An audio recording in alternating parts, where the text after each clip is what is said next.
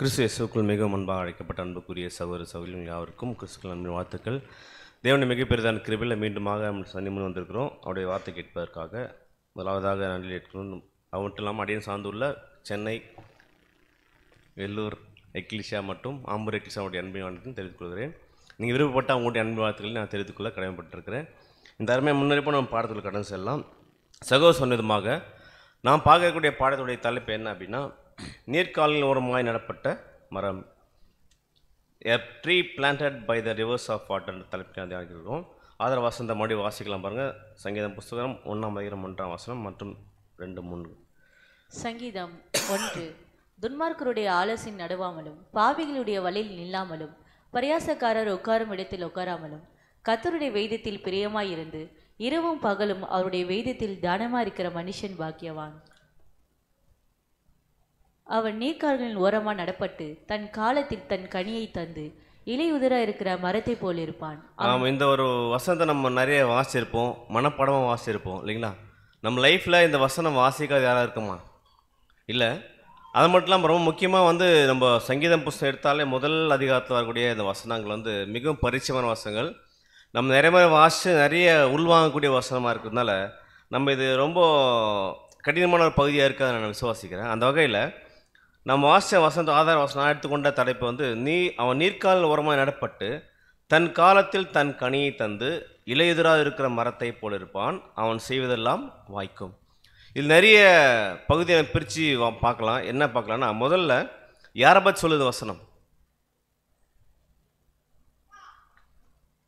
யாரை பற்றி சொல்லிட்டு இருக்கு இந்த வசனம்னு கேட்டேன். ஒரு புது சிருஷ்டி இல்லைங்களா? அதாவது நீதிமானாக மாறிக்கூடிய பிள்ளைகளை பற்றி சொல்லப்பட்டிருக்குது. அவன் எப்படி இருப்பான்னு முதல் 2 வசனம் சொல்லப்பட்ட பிறகு அவன் எப்படி இந்த மாதிரி செழிக்க ஆரம்பித்தான்னு சொல்கிறதுக்கு அந்த வசனம் சொல்கிறாரு. அவன் நீர்க்கால்கள் ஓரமாய் நடப்பட்டிருக்கிறான். 2வது பகுதி, தன் காலத்தில் தன் கனியை தந்து இலையுதிராக இருக்கிற மரத்தை போல் இருப்பான், அவன் செய்வதெல்லாம் வாய்க்கும்.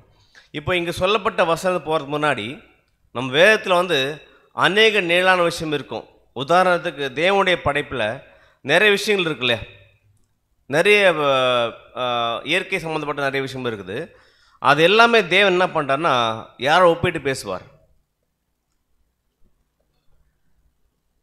நிறைய இயற்கை இருக்குது. இயற்கையாக சம்மந்தப்பட்ட விஷயங்கள் பைபிளில் வெளியில் பார்க்குறோம். இயற்கையில் அந்த இயற்கையாக பார்க்குற எல்லா விஷயமே தேவன் எல்லா நேரத்தில் பண்ணுறாருன்னா நிறைய அதாவது நமக்கு பாடம் தருவதுக்காக நம்ம நிறைய உதாரணம் கொடுக்குறாரு. அந்த வகையில் இந்த இயற்கையாக இருக்கக்கூடிய மரங்கள், செடிகள், அப்புறம் நிறைய விஷயங்கள் இருக்கு இல்லையா, இதை யாருக்கு ஒப்புமையாக சொல்வார்னா மனிதர்களாக நமக்கு ஒப்புமையாக சொல்வார். உதாரணத்துக்கு ஒரு வசனம் வாசிக்கலாம் பாருங்கள். எசேக்கியேல் 15:2 வாசிங்க. எசேக்கியேல் 15:2. எசேக்கியேல் 15:2. மனுபுத்திரனே, காட்டில் இருக்கிற செடிகளுக்குள் மற்ற எல்லா செடி கொடிகளை பார்க்கிலும் திராட்சை செடிக்கு மேன்மை என்ன? நிறைய செடி இருக்குது காட்டில். அந்த செடியை விட அந்த செடிக்கெல்லாம் இருக்கக்கூடிய இல்லாத மகிமை ஏன் திராட்சை செடி இருக்குன்னு கேட்குறாரு. அப்போ அந்த திராட்சை செடிக்கு யார் ஒப்பிட்டு சொல்கிறாருன்னா வசனம் அதிலே 6ஆம் வசனம் வாசிங்க சார். ஆதலால் கர்த்தராகிய ஆண்டவர் சொல்கிறது என்னவென்றால், காட்டு செடிகளுக்குள் இருக்கிற திராட்சை செடியை நான் அக்கினிக்கு இரையாக ஒப்பு கொடுத்தது போல எருசலேமின் கொடிகளையும் அப்படியே ஒப்பு கொடுத்து. எப்படி ஒரு காட்டு செடியை காட்டு செடியை திராட்சை செடியை அக்கினிக்கு எப்படி இரையாக ஒப்பு கொடுக்கணும், அந்த மாதிரி யாரை ஒப்பு கொடுப்பன்றாரு? எருசலேம் ஜனங்கள், இஸ்ரேல் ஜனங்களை. அப்போ இந்த செடி யாரை சொல்கிறாரு இங்கே? இஸ்ரேல் ஜனங்க. அப்போ அந்த மாதிரி நிறைய உதாரணங்கள் தேவன் இயற்கையை வச்சு நிறைய படம் கொடுப்பாரு. உதாரணத்துக்கு நம்ம இன்னொரு பார்த்தோன்னா, இந்த ஒரு மனிதன் பார்த்து சொல்லும்போது நீதிமான் எப்படி இருக்கான்? பனையை போல செழித்து லீபனோன் கேதுரு போல் வளர்வான்னு சொல்லப்பட்டிருக்கும். அப்போ இது மாதிரி ஒரு நீதிமானாக்கப்பட்ட பிள்ளைகளுக்கு, தேவனுடைய பிள்ளைகளுக்கு நிறைய உதாரணங்கள் நம்ம பைபிளில் சொல்லப்பட்டிருக்கும். எதை பற்றினா இயற்கையாக இருக்கக்கூடிய விஷயங்கள், மரம், செடி, கொடி, இதெல்லாம் நிறைய உதாரணம் சொல்லப்பட்டிருக்கும். அதெல்லாம் பார்க்கும்போது ஜென்ரலாகவே இங்கே சொல்லப்பட்ட அந்த மரம், இங்கே தேவன் என்ன பண்ணியிருக்கலாம்னா செடிக்கு பதிலாக மரம் சொல்லப்பட்டிருக்கலாம்ல. திராட்சை செடின்னு சொல்கிறாரு, அது மரம் சொல்லப்பட்டிருக்கலாம். ஏன்னா இங்கே செடிக்கு ஏன் சொல்கிறாருன்னா, அந்த செடினா கொடுக்கும், கண்டிப்பாக கனி கொடுக்கும். பர்பஸ் செடி கனி கொடுக்குதான். அப்போ கனி கொடுத்தா நான் ஒன்று வச்சுக்குவேன், கனி கொடுக்கலன்னா ஒன்று எரிச்சிருன்றார். அப்போ அந்த மாதிரி ஒவ்வொரு செடிக்கும் ஒவ்வொரு விதமான பர்பஸ் இருக்குது. மரத்துக்கு மரத்தில் போய் நம்ம என்ன எதிர்பார்க்க முடியாது. கனியில் இந்த கொடி செடியில் வந்து பார்த்தா கொடியில் அந்த கொடி வந்துட்டு அதில் பழம் வரும், அதில் பழத்தை எதிர்பார்க்கலாம். அது மாதிரி மரம் வச்சா வேறு எதிர்பார்க்கலாம். இப்போ வெவ்வேறு விதமான பயன்பாடு இருக்குது. அந்த வகையில் தேவன் பார்த்து இந்த மாதிரி தான் தேவன் வந்து ஒவ்வொரு தேவனுடைய பிள்ளைகளுக்கும் நிறைய விஷயம் எதிர்பார்க்குறாரு. அப்போ மெயின் பர்பஸ் தேவன் எதிர்பார்க்குற விஷயம் என்ன நம்மகிட்டனா, உதாரணம் வாசிங்க வசனங்கள். உபாகம் 10ஆம் அதிகாரம் 12 மற்றும் 13. உபாகமம் 10ஆம் அதிகாரம் வசனங்கள் 12 முதல். இப்பொழுதும் இஸ்ரவேலே, நீ உன் தேவனாகிய கர்த்தருக்கு பயந்து அவர் வழிகள் எல்லாம் நடந்து அவரிடத்தில் அன்பு கூர்ந்து உன் முழு இருதயத்தோடும் உன் முழு ஆத்மாவோடும் உன் தேவனாகிய கர்த்தரை சேவித்து நான் இன்று உனக்கு கற்பிக்கிற கர்த்தருடைய கற்பனைகளையும் அவருடைய கட்டளைகளையும் உனக்கு நன்மை உண்டாகும்படி கைக்கொள்ள வேண்டும் என்பதே அல்லாமல் வேற எதை உன் தேவனாகிய கர்த்தர் உன்னிடத்தில் கேட்கிறார். எதுவாக இருந்தாலுமே தேவனுடைய பிள்ளைகள்கிட்ட தேவன் என்னதான் கேட்பாருன்னா, கடைசி அல்டிமேட்டாக எப்படி ஒரு செடி வச்சுட்டு கடைசி என்ன எதிர்பார்ப்போம், நம்ம ஒரு கனி எதிர்பார்க்குற மாதிரி தேவன் வந்து படைச்சிட்டாரு. படைச்ச பிறகு அவர் என்னதான் நம்மகிட்ட எதிர்பார்க்குறாருன்னா என்ன சொல்கிறாருங்க, தேவனுக்கு பயந்து அவர் வழியில் நடந்த பண்ணுங்க, அவர் அன்பு கூர்ந்து எல்லாத்தையும் செஞ்சு முடிச்சுட்டு தேவன் என்ன பண்ணு கீழ்ப்படிஞ்சிருங்கிற ஒரே விஷயம் தான் தேவன் எதிர்பார்க்குற விஷயமா இருக்கும், வேறு எதுவுமே இருக்காது. அப்போ அந்த மாதிரி ஒரு செடியை வச்சுட்டு எப்படி நம்ம கனி எதிர்பார்க்குற மாதிரி தேவன் நம்மளை படைச்சிட்டாரு. படைச்சு நம்ம அல்டிமேட்டாக கடைசியாக நம்ம என்ன எதிர்பார்க்குறாருன்னா, எனக்கு கீழ்ப்படிஞ்சிரு, சொன்ன வார்த்தை என்ன பண்ணுக்கோ கேட்டுக்கோ. இதுதான் இதை தவிர வேதம் கேட்குறாரு தேவன். இருந்து நீ பயிர் வாசிச்சிருக்க முடியாது, ஏதாவது வேலை கேட்குறாரு தேவன்கிட்ட. அப்போ இதுதான் மெயினாக. அதை மாதிரி இஸ்ரவேல் தேவன் எதிர்பார்த்தாரு, செய்யலை. அவன் என்ன செடியாக மாட்டாங்கன்னா ஒரு மோசமான ஒரு யூஸ்லெஸ் வைனை மாட்டாங்க. அப்போ தேவன் என்ன பண்ணான்னா அவங்க வந்து ஃபுல்லாக அந்த ஜனங்களை எல்லாமே ஃபுல்லாக ரிஜெக்ட் பண்ணிட்டாரு.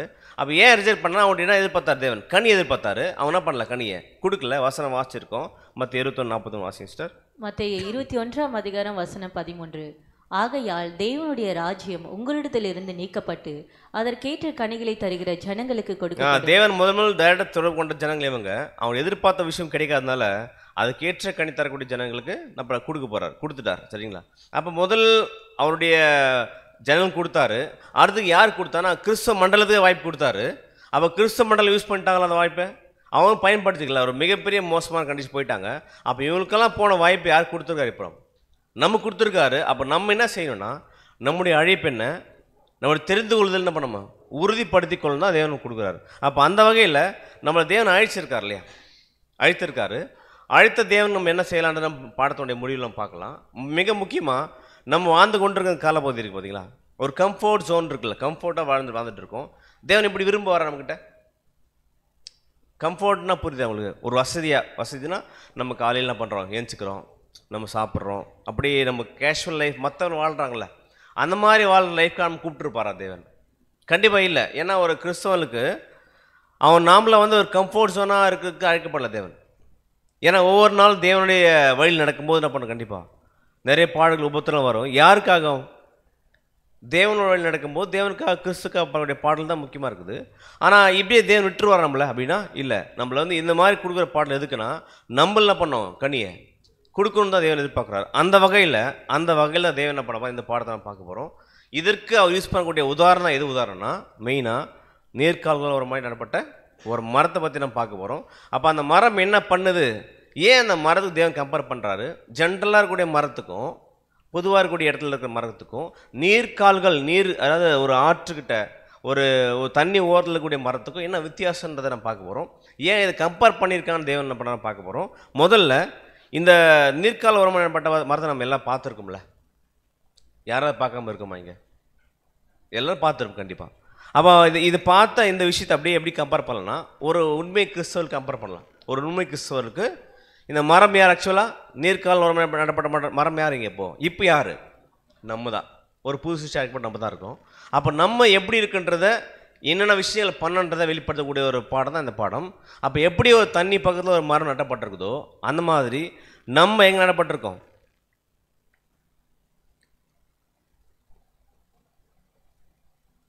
இப்போ தண்ணி எதை குறிக்கும்? இப்போ சத்தியம் இல்லையா? ஒரு மரம் தண்ணி பக்கத்தில் தான் எப்படி செழிக்கும், செழிப்பாக வளரும் இல்லையா? அதில் வேர் முதற்கொண்டு அவருடைய மரத்துடைய எல்லா விஷயங்களும் எப்படி இருக்கும், செழிப்பாக இருக்கும். அந்த மாதிரி ஒரு கிறிஸ்தவப்பட்ட நம்ம வந்து செழிப்பாகிறதுக்கு, நம்ம நல்லா வளர்ச்சி அடைகிறதுக்கு யூஸ் பண்ணக்கூடிய விஷயம்னா தண்ணி அங்கே. அப்போ இங்கே எது குறிக்கும்? சத்தியம் குறிக்கும். ஒரு மெச்சூர் கிறிஸ்டியன், ஒரு வளர்ந்த கிறிஸ்தவர் எப்படி இருப்பாங்கன்னா, ஒவ்வொரு நாளும் தண்ணி என்ன பண்ணுவாங்க, தண்ணியை குடிச்சிட்டே இருப்பாங்க. அப்போது அவங்க குடிக்காத டைம் ஏதாவது இருக்குமா? அப்போ தண்ணி குடிக்காம, ஃபார் எக்ஸாம்பிள் தண்ணி எடுக்காமல் இருந்துச்சுன்னா அந்த மரம் எப்படி இருக்கும்? எப்படி இருக்கும்? செழிப்பாக இருக்காது. ஒரு தண்ணியை உறிஞ்சாத ஒரு மரம் வந்து எப்படி இருக்காது? செழிப்பாக இருக்காது. அப்போ மெயின் பர்பஸே ஒரு மரம் தான். அது என்ன பண்ணணும்? கண்டிப்பாக செழிப்பாக இருக்கணும். செழிப்பாகிறதுக்கு அவருடைய அடிப்படை தேவை என்ன? தண்ணி. அந்த மாதிரி அப்போ தண்ணி இல்லாத எப்படி ஒரு மரம் காஞ்சு போயிடும், அந்த மாதிரி ஒரு தண்ணினா சத்தியம், ட்ரூத்து, வசனம் படிக்காத, வசனம் தியானிக்காம, வசனத்தை வந்து உள்வாங்காத இருக்கக்கூடிய தேவனுடைய பிள்ளைகள வாழ்க்கை எப்படி இருக்குன்னா, ஒரு ட்ரையாக இருக்கக்கூடிய ஒரு நிலத்தில் இருக்கிற ஒரு செடி மரமாக இருக்கும். ஆனால் மரத்துக்கு போக தேவையில்ல. இப்போ ஒரு மரமாக உருவாகணும்னா முதல்ல அது என்னவா இருக்கும்? முதல்ல செடியாக இருக்குமா? முதல் விதையாக இருக்கும்ல. முதல் விதையாக இருக்கும். அந்த விதை தான் வந்து பிற்காலத்தில் கிராஜுவலாக அதுக்குரிய ஒவ்வொரு ப்ராசஸ், ஒவ்வொரு விஷயங்கள் முடிஞ்சு ஒரு பெரிய மரமாக மாறி அது கடைசி ப்ராசஸ்ஸு. ஆனால் முதல்ல இனிஷியலாக ஃபஸ்ட்டு ஸ்டெப் அது என்ன பண்ணும்? என்ன வந்திருக்கும்? விதையாக இருந்திருக்கும் இல்லையா? அப்போ விதையாக இருக்கக்கூடிய விஷயங்களை பற்றி நம்ம தியானிக்கிறோம். அப்போ விதையாக இருக்குன்னா முதல்ல போட்டோன்னே வளர்ந்துருமா? அது முன்பாக பண்படுத்தப்பட்ட ஒரு இடத்துல பண்ணோம். ஒரு விதையை போடுறோன்னா அந்த விதை என்ன பண்ணோம்? முதல்ல செடியாக முதல்ல ஒழியும். ஆனால் முதல்ல பாருங்கள், அந்த விதை உள்வாங்கணும்னா நிலம் எப்படி இருக்கணும்? ஒரு நல்ல வந்து பண்படுத்தப்பட்ட நிலமாக இருக்கணும் இல்லையா? அப்போ விதை முதல் விழுது. நம்ம ஆல்ரெடி வாசிச்சிருப்போம் இந்த விதைக்கிற ஊமையிலே. எதில் செடி வளருது? செடி ரெண்டுத்தில் வளருது. எதில்? இதுலேயும் வளருது, இதுலேயும் வளருது. முள்ளு இடத்துல வளருது, இதுலேயும் வளருது. ஆனால் கண்டினியூஸாக வளர்ந்து கனி கொடுக்குது. எது கனி கொடுக்குதுன்னா கடைசி இருக்குது, நல்ல இடத்துல இருக்குது. அப்போ அந்த விதையை விதைச்சி அந்த விதையை பண்ண செடியாக மாறி நல்ல பலன் கொடுக்கும் இல்லையா? அப்போ அந்த மாதிரி இங்கே விதைன்றதை சொல்கிறார் இல்லையா? விதை வந்து விதைக்கப்படணும் முதல்ல. அந்த விதை எதை குறிக்கும்? அந்த ஊமையில் பார்த்துருப்போம் இல்லையா? விதை தேவனுடைய வசனம். அப்போ வசனம் எங்கே உள்வாங்கணும்? நம்ம ஹார்ட்டுக்குள்ளே உள்வாங்கின பிறகு தான் அது என்ன பண்ணணும்? செடியாக வளர்த்து பிறகு ப்ராசஸ் கடைசியாக. பட் முதல் இனிஷியலாக நம்ம மரமாக மாறணும். நம்முடைய வாழ்க்கை நல்லா மரமாக மாறணும்னா முதல்ல என்ன விதைக்கப்படணும்? முதல்ல நம்ம மனசில் ஹார்ட்டில் ஒரு விதைன்ற வசனம் விதைக்கப்படணும். விதைக்கப்படுறது மட்டும் இல்லை, அது கூட எது விதைக்கப்படணும்னா அவருடைய கிறிஸ்துவுடைய ரேன்சம் இருக்கு இல்லையா? அந்த ஈடுபடிய புண்ணியம், அது எல்லாமே ஹார்ட் விதைக்கப்பட்டு என்ன பண்ணோம்? செடியாக வளரக்கூடிய விஷயம் இருக்குது. அப்போ ஹார்ட்டில் எப்படி ஒரு நிலத்தில் விதையை விழுந்த உடனே அது என்ன பண்ணோம்? உடனே செடியாக மரம் ஆகிடுமா? முதல்ல என்ன விடும்? ஒரு விதை மண்ணுக்குள்ளே போனோடனே முதல்ல என்ன வரும்? அதுக்கு என்ன வரும்? முதல் வேறு வரும் இல்லைங்களா? ஃபஸ்ட்டு அதுக்குள்ளே வந்து பார்த்தா சின்ன வேறு முளைக்கும் இல்லையா? அந்த மாதிரி நமக்குள்ளே சத்திய வசனம் உள்ளே போனோடனே அந்த சத்திய வசனம் முதல் எதை பிறப்பிக்கும்? எது பிறப்பிக்கும் அப்படின்னா, ஜென்ரலாக ஒரு விதை வந்து போட்ட உடனே அதை முதல் விஷயம் வெளியே வர விஷயம் என்ன இருக்குன்னா வேர் தான் முதல் வரும். ஃபஸ்ட் சின்ன வேரை வெளியே வரும். அந்த மாதிரி இந்த வேர் எதை குறிக்குதுன்னா, எதை குறிக்கும்? விசுவாசம். சத்திய வசனம் உள்ளே போன மட்டும் உருவாகணும். கிறிஸ்து மேலே விசுவாசம் வரணும். அவர் ஈடு மேலே விசுவாசம் வரணும். அப்போ விசுவாசன்ற விஷயம் இல்லாமல், வேர் இல்லாமல் செடி மேலே வரணுமா? கண்ணு தெரியாத நடக்கிற விஷயம் இது. எது? ஒரு விதைக்கீழ வேர் வர்றது கண்ணு தெரியுமா? தெரியாது. அந்த மாதிரி ஒரு கிறிஸ்தவன் அழைக்கப்பட்ட நமக்குள்ள எது முதல்ல கண்ணு தெரியாம வளரணும்? யாருக்குமே தெரியாது விசிபிளா. எது? நமக்குள்ள விசுவாசம் வந்திருக்குன்னு யாருக்கு தெரியாது? மற்றவங்களுக்கு தெரியாது. யார் தெரியும்? அந்த விதையை வச்சிருக்கு அவங்களுக்கு தெரியும். அந்த மாதிரி அப்போ எப்படி ஒரு விதைக்குள்ள வேற ஒரு விஷயம் மறைவாக பூமிக்குள்ள நடக்குதோ, அந்த மாதிரி ஒரு மனுஷனுக்குள்ள விசுவாசம்ன்ற விஷயம் வந்திருக்கும் இல்லையா? அது வந்து யாருக்குமே என்ன பண்ணாங்க? விசிபிளாக தெரியாது. அது அவங்களுக்கு தெரியும், இண்டிவிஜுவல் தெரியும். அந்த விசுவாசம் அப்படியே விட்டுருமா? அந்த விசுவாசம் என்ன பண்ணும்? அதிகமாக இன்னும் வேர்கொண்டு வரும். அது மட்டும் இல்லாமல் அந்த விசுவாசம் ரெண்டு வகையாக பிரிக்கலாம். ஒன்று வந்து ஃபெய்த் ஆஃப் ஜஸ்டிஃபிகேஷன் சொல்லுவாங்க, அதாவது நீதிமான்கள் நிலைமையில் வரக்கூடிய விசுவாசம் ஒன்று. அப்புறம் கான்சக்ரேஷனுக்காக, அர்ப்பணிப்புக்காக வரக்கூடிய விசுவாசம் ஒன்று இருக்குது. அப்போ இந்த ரெண்டு விஷயம் நம்ம வரணும். முதல் கிறிஸ்துவை ஏற்றுக்கொள்கிறோம், ஏற்றுக்கொண்டு அவருக்காக வாழ நினைக்கிறோம் இல்லையா? அப்போ வாழன்ற விஷயத்த நம்ம வெளிப்படை எப்படி காமிக்கணும்னா, எப்படி காமிக்கிறோம்? விசுவாசம் வந்த பிறகு நமக்குள்ள ரெண்டு விஷயம் நடக்குது. ஒன்று வந்து ஜஸ்டிஃபிகேஷன் பை ஃபெய்த், அதாவது விசுவாசித்து நீதிமான்கள் நிலைமைக்கு கொண்டு வந்துடுறோம். வந்த பிறகு அப்படியே இருக்கலாமா? அப்படி இருக்கக்கூடாது. நெக்ஸ்ட் ஸ்டெப் பண்ணும்.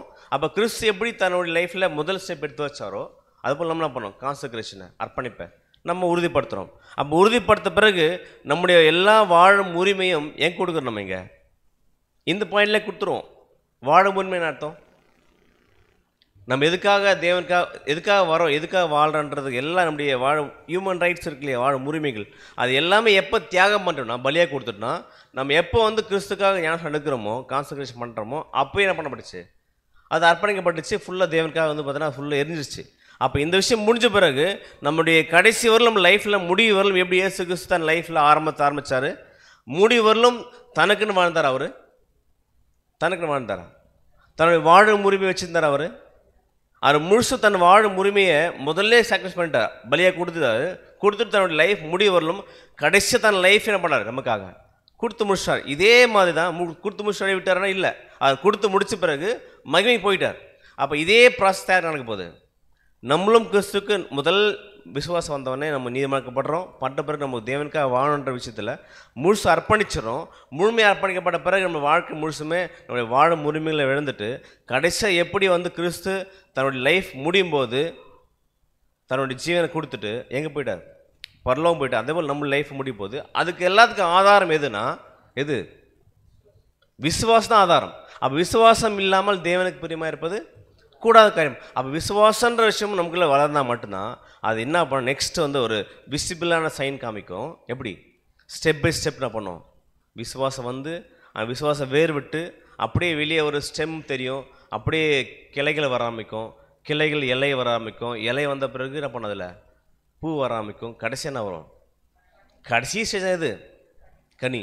அப்போ இதே விஷயத்த நம்ம எது கம்பேர் பண்ண, இந்த மரம் வளரக்கூடிய ஸ்டேஜ் இருக்குது பார்த்தீங்களா, இனிஷியல் ஸ்டேஜ்லேருந்து கடைசியாக கனி கொடுக்குற ஸ்டேஜ் வரல ஒரு வளர்ச்சி இருக்குல்ல, படிநிலை இருக்குல்லையா, அந்த படிநிலையை தான் யார் ரெடி கம்பேர் பண்ணி சொல்லியிருக்கான்னா, நம்ம அப்போஸ்தலன் பேதுரு வந்து தன் நிருபம் எழுதும்போது அந்த நிருபத்தில் இந்த எப்படி வந்து ஒரு செடி வளர்ந்து அப்படியே ஸ்டெப் பை ஸ்டெப் போகுதோ, அந்த ஸ்டெப் பை ஸ்டெப் வரக்கூடிய அந்த படிநிலைக்கு தன்னுடைய வாக்கியத்தில் சொல்கிறார். 2 பேதுரு 1:5 வாசிக்கலாம் பாருங்கள், அப்படியே ஸ்டெப் பை ஸ்டெப் வாசிக்கலாம் பாருங்க. 2 பேதுரு 1 வசனம் 5 முதல். இப்படி இருக்க நீங்கள் அதிக ஜாக்கிரதை உள்ளவர்களாய் உங்கள் விசுவாசத்தோட இப்படி இருக்க நீங்கள் அதிக ஜாக்கிரதை உள்ளவர்களாய் உங்கள் விசுவாசத்தோட தைரியத்தையும் தைரியத்தோட ஞானத்தையும் ஞானத்தோட இச்சடக்கத்தையும் இச்சடக்கத்தோட பொறுமையும் பொறுமையோட தெய்வ பக்தியும் தெய்வ பக்தியோட சகோதர ஸ்நேகத்தையும் சகோதர ஸ்நேகத்தோட அன்பையும் கூட்டி வழங்குங்கள். என்ன சொல்றாரு?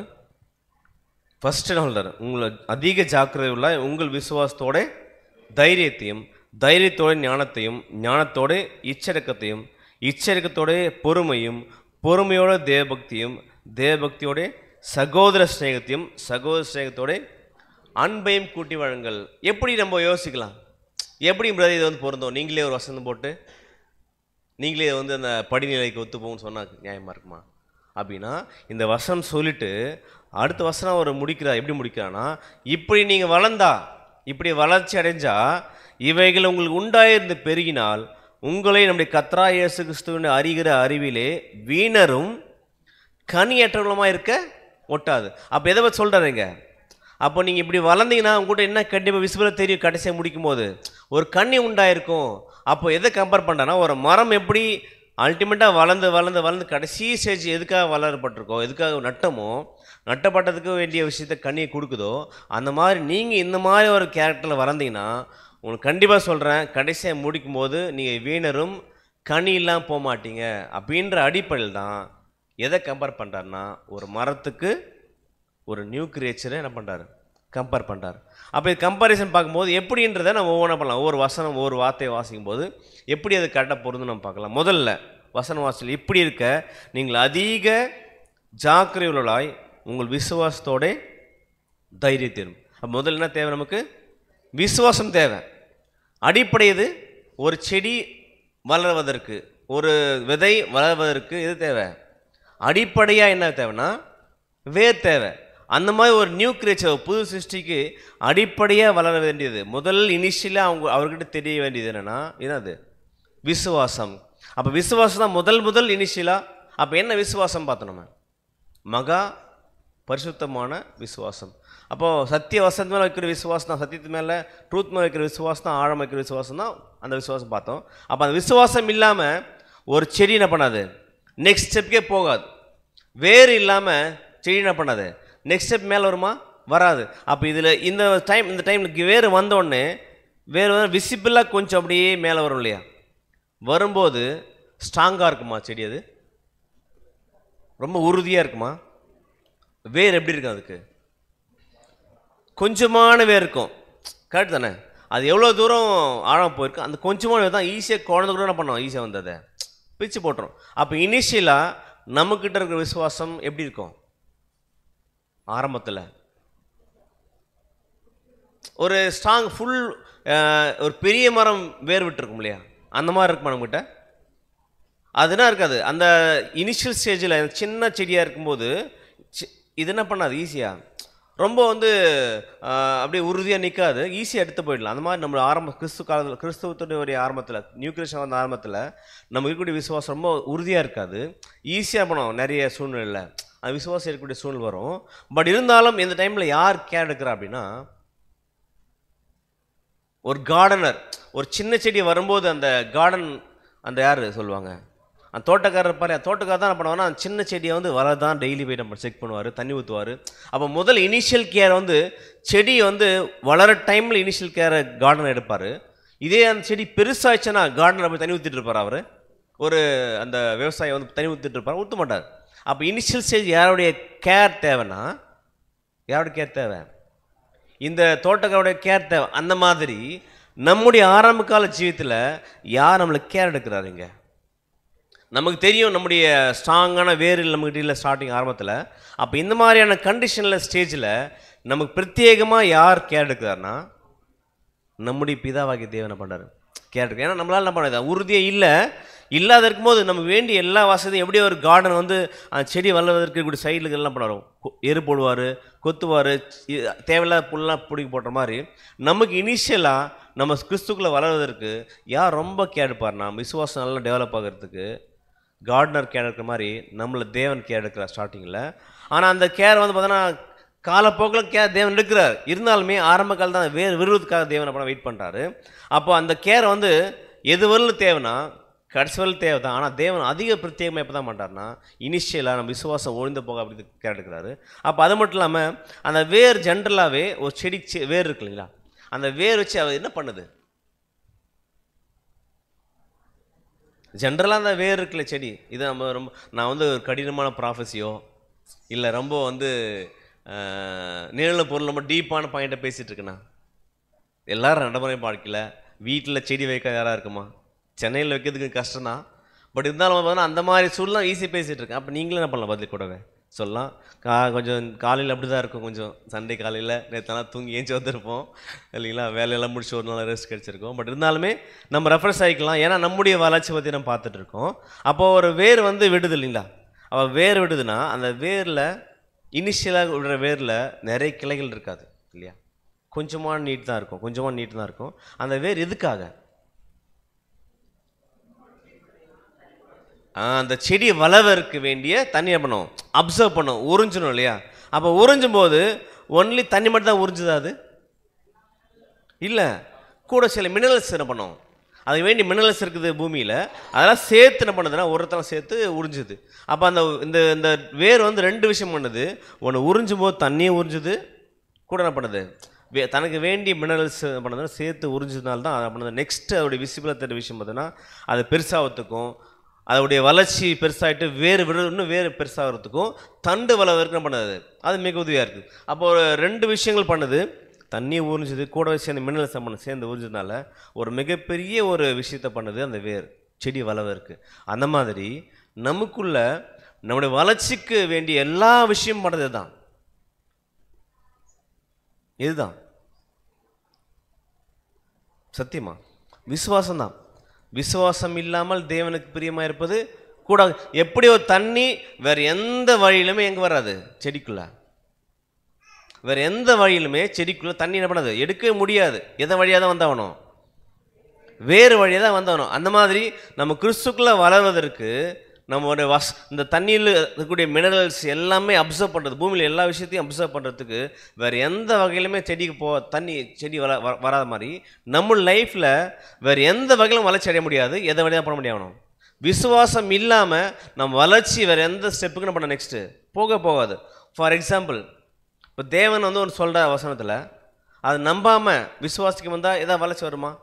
ஒரு பின்பற்றி வர விரும்பினால் தன்னைத்தான் வெறுங்கன்னு சொல்கிற வசனத்தில் அதை நம்பினா நம்ம என்ன பண்ணுவோம்? வெறுப்போம். நம்பலைன்னா வெறுக்க மாட்டோம். அப்போ இது மாதிரி ஒவ்வொரு வசனத்துடைய அந்த ஆழத்தை அதை விசுவாசித்து நம்ம ஏற்றுக்கிட்டா மட்டும்தான் அதை உள்ளே போயிட்டு செடி நல்லா வளர்ச்சி அடைஞ்ச மாதிரி நம்மளுடைய விசுவாசம் வந்து எதெல்லாம் வேணுமோ நமக்கு தேவையான விஷயங்கள் எல்லாத்தையும் அப்சர்வ் பண்ணுறதுக்கு அலோவ் பண்ணும்போது தான் அது நல்லா உள்ளே போயிட்டு செடிக்கு வேண்டிய ஸ்ட்ரென்த்து எல்லாமே கொடுக்குது. எல்லாமே அந்த வேறு வழியாக தான். அப்போ விசுவாசத்தோடு தான் நம்ம டெவலப் ஆகணும். அப்போ எந்த அளவுக்கு விசுவாசம் ஸ்ட்ராங் ஆகுதோ, எது ஸ்ட்ராங்காக தான் அர்த்தம்? நம்ம ஸ்ட்ராங் ஆகும், நம்முடைய ஹார்ட் ஸ்ட்ராங், நம்முடைய வாழ்க்கை ஸ்ட்ராங் ஆகும். எந்த அளவுக்கு வேர் ஸ்ட்ராங் ஆகுதோ அந்த மாதிரி என்ன பண்ணும்? ஸ்ட்ராங் ஆகும். எந்த அளவுக்கு வேர் தண்ணி இழுக்குதோ அந்த அளவுக்கு செடிக்கு வேண்டிய ஸ்ட்ரென்த் கிடைக்கும். அந்த மாதிரி நம்முடைய லைஃப் ஃபுல்லாமே நம்ம ஸ்ட்ராங் பண்ணுறதுக்கு நிறைய விஷயங்கள் தேவை. தேவனுடைய டிவைன் நிறைய நல்லா கொடுத்துருக்காரு. அதெல்லாம் உறிஞ்சிட்டு நம்ம வளர்ச்சி ஆகிடணும். நமக்கு வேண்டிய மினரல் சால்ட் எல்லாம் இங்கே தான் இருக்குது, பூமியில் இருக்குது. அதெல்லாம் ஒழிஞ்சு என்ன பண்ணோம்? அதிகமாக வளர்கிறதுக்கு வேண்டிய விஷயம் பண்ணணும். அப்புறம் விசுவாசத்தை வச்சுட்டு நம்ம பண்ண வேண்டியது அப்சர்வ் பண்ணோம். எது நமக்கு தேவையோ அது எல்லாம் அப்சர்வ் பண்ணோம். அப்படி அப்சர்வ் பண்ணுறதுக்கு ஒரு சில விஷயங்கள் யூஸ் ஆகுது. அப்படியே டைரெக்டாக உள்ளே போயிடுதில்ல. ஒரு செடி உள்ள ஸ்டெம்ஸ் எல்லாம், ஒரு செடி இருக்குது பார்த்தீங்களா, செடிக்குள்ளே சில விஷயங்களை சொல்கிறாங்க. அந்த தண்ணி வந்து உறிஞ்சு போடும்போது உள்ளே ஒரு சாப்னு ஒன்று இருக்குமா. அந்த சாப் என்ன பண்ணணும்? அந்த சாப் தான் வந்து பார்த்தீங்கன்னா ஃபில்டர் பண்ணி தண்ணியை பண்ணோம் மேல் நோக்கி போகிறதுக்கு ஹெல்ப் பண்ணுமா. அது வந்து எப்படின்னா தண்ணியோட அடர்த்தி வேறு கெமிக்கல் ரியாக்ஷன், ஆசிட் ஃபார்மேஷன் நிறைய இருக்குமா.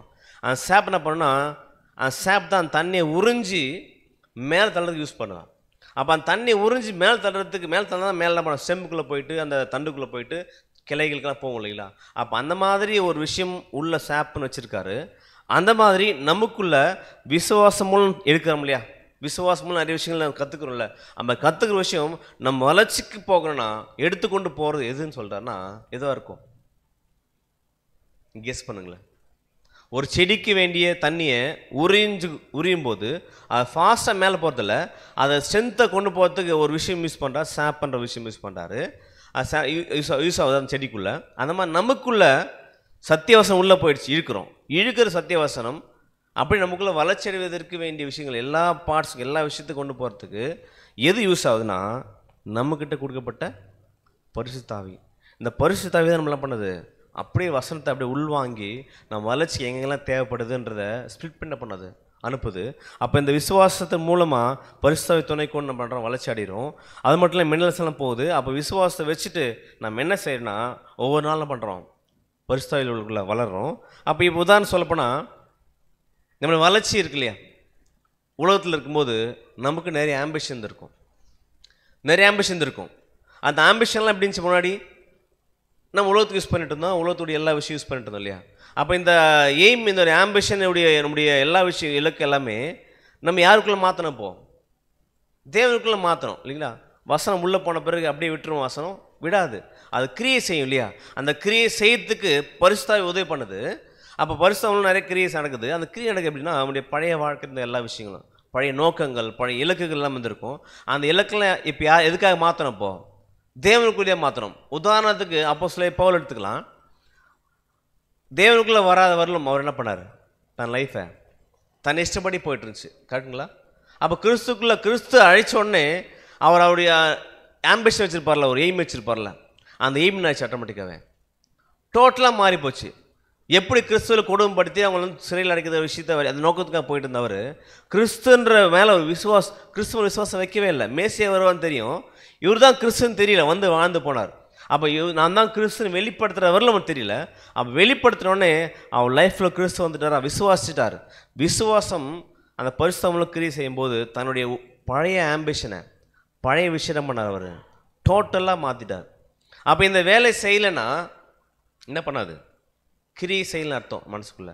அப்போது அதே போல் நம்முடைய வாழ்க்கையில் கூட சேம் விஷயம் பண்ணுறோம். எப்படி நம்முடைய ஆம்பிஷன் பல இருந்திருக்கலாம் நம்ம வாழ்க்கை. ஒவ்வொருத்தரும் ஒரு ஆம்பிஷன் இருக்கும், ஒவ்வொருத்தரும் ஒரு பேக்ரவுண்ட் வந்திருப்போம். ஒரு நல்ல இன்ஜினியர் ஆகலாம், ஒரு டாக்டர் ஆகலாம், பழைய பெரிய பெரிய விஷயம் நிறைய பண்ணலான்னு ஒரு ஆம்பிஷன் இருக்கும். அந்த ஆம்பிஷன் எல்லாமே இப்போ இருக்குதா இல்லையா? இருக்கணுமா இருக்கக்கூடாதா?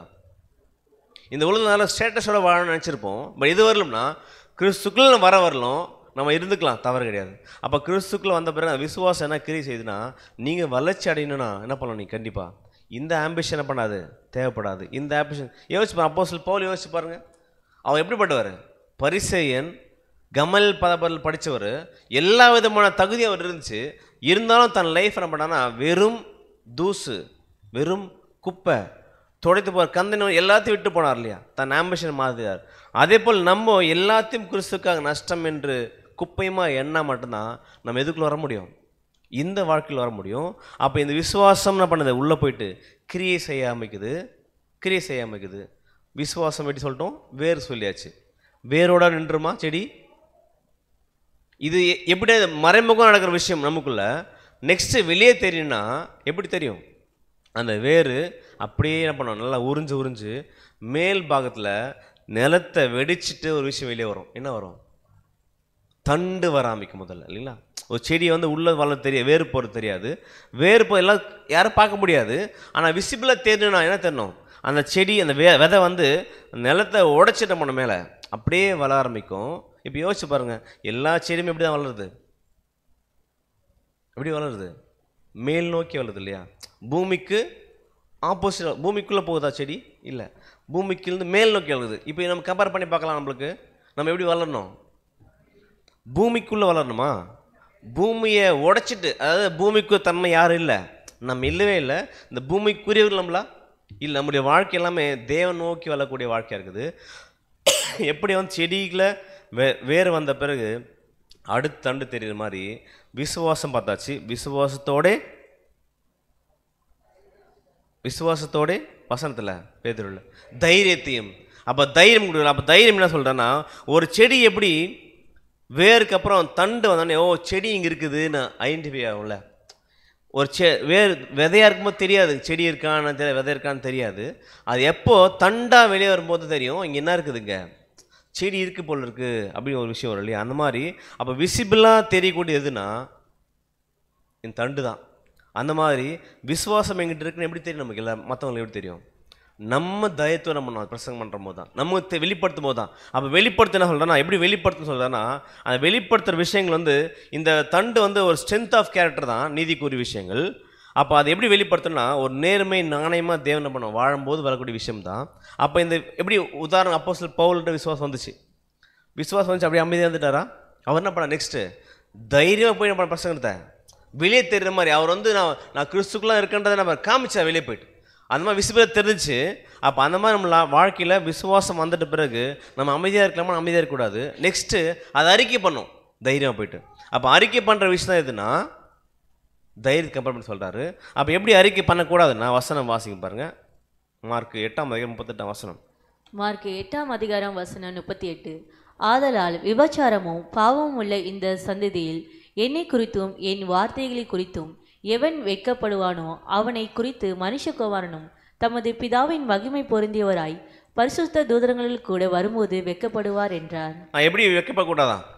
தேவனுடைய வார்த்தையை பேசுறதுக்கு வெட்கப்படக்கூடாது. அப்படி வெட்கப்பட்ட என்ன சொல்கிறாரு?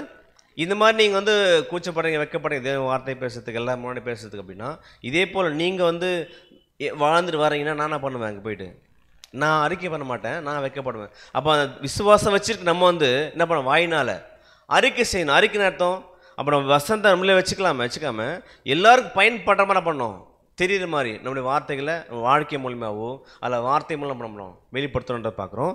அப்போ அந்த வெளிப்படுத்தல பல விதங்கள் இருக்குது. பாபிலோனில் வெளிப்படுத்துவாங்க தெரியுமா?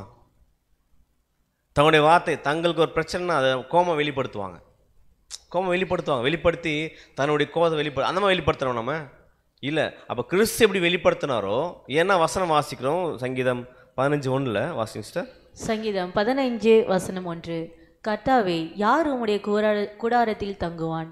யார் உம்முடைய பரிசுத்த ஸ்தலத்தில் வாசம் பண்ணுவான்? யார் தங்குவான்னா வசனம் வாசிப்போம். உண்மையாக நீதியாக நடந்து செம்மையான பேசி இருக்கிற வர அதெல்லாம் பார்த்து லிஸ்ட்டாக போட்டு போவார்.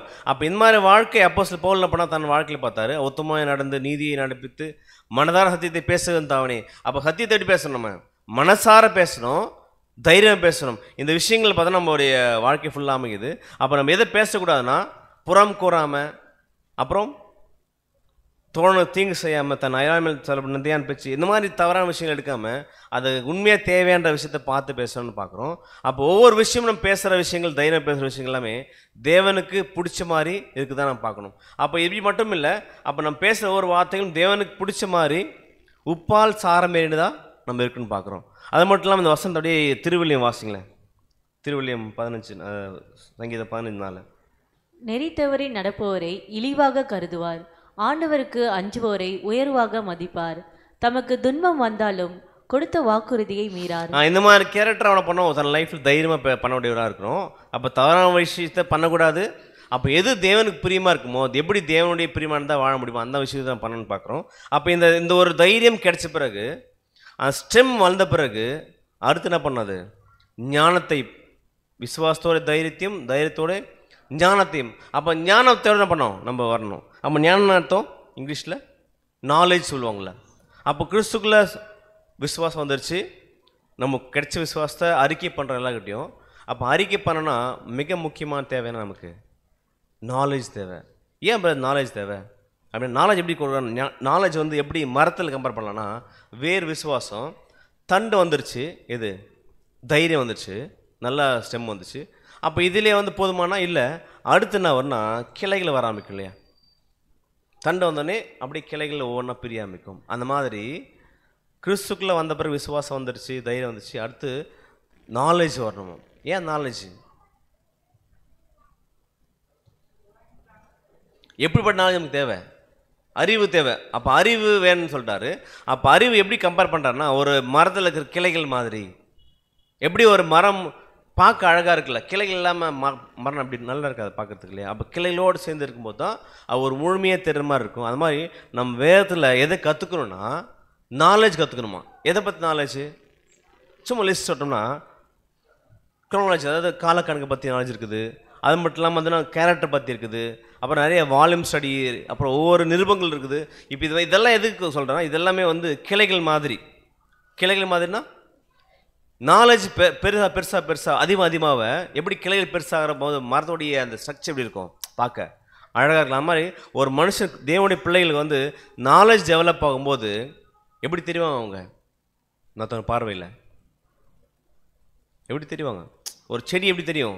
பிரம்மாண்டமாக தெரியும் இல்லையா? அந்த மாதிரி ஒட்டுமொத்த நாலேஜும் தேவை நமக்கு. ஏன்னா நம்மகிட்ட நாலேஜ் தான் மிகப்பெரிய விஷயத்தை பண்ணுவோம். என்ன நாலேஜ்னா, வசனம் வாசியம் பாருங்கள். 1 பேதுரு 3:15 1 பேதுரு 3:15 கர்த்தராகிய தேவனை உங்கள் இருதயங்களில் பரிசுத்தம் பண்ணுங்கள், உங்களில் இருக்கிற நம்பிக்கையை குறித்து உங்களிடத்தில் விசாரித்து கேட்கிற யாவருக்கும் சாந்தத்தோடும் வணக்கத்தோடும் உத்தரவு சொல்ல எப்பொழுதும் ஆயத்தமாயிருங்கள். எங்கிட்ட நாலேஜ் இல்லை, அதாவது இதை பற்றினா எதை பற்றி நாலேஜ் இல்லை, நாலேஜ் சுத்தமாக இல்லைன்னா என்ன சொல்ல முடியாது? யார்ட்டையும் நம்ம ட்ரூத்தை சொல்ல முடியுமா? அப்போ ட்ரூத்துக்கு மெயினான விஷயம், ட்ரூத் சொல்லணும்னா, அல்லது ட்ரூத் படி வாழனாலே, சத்தியத்தபடி வாழனாலே முதல்ல நமக்கு என்ன தேவை? அதை பற்றின அறிவு தேவை.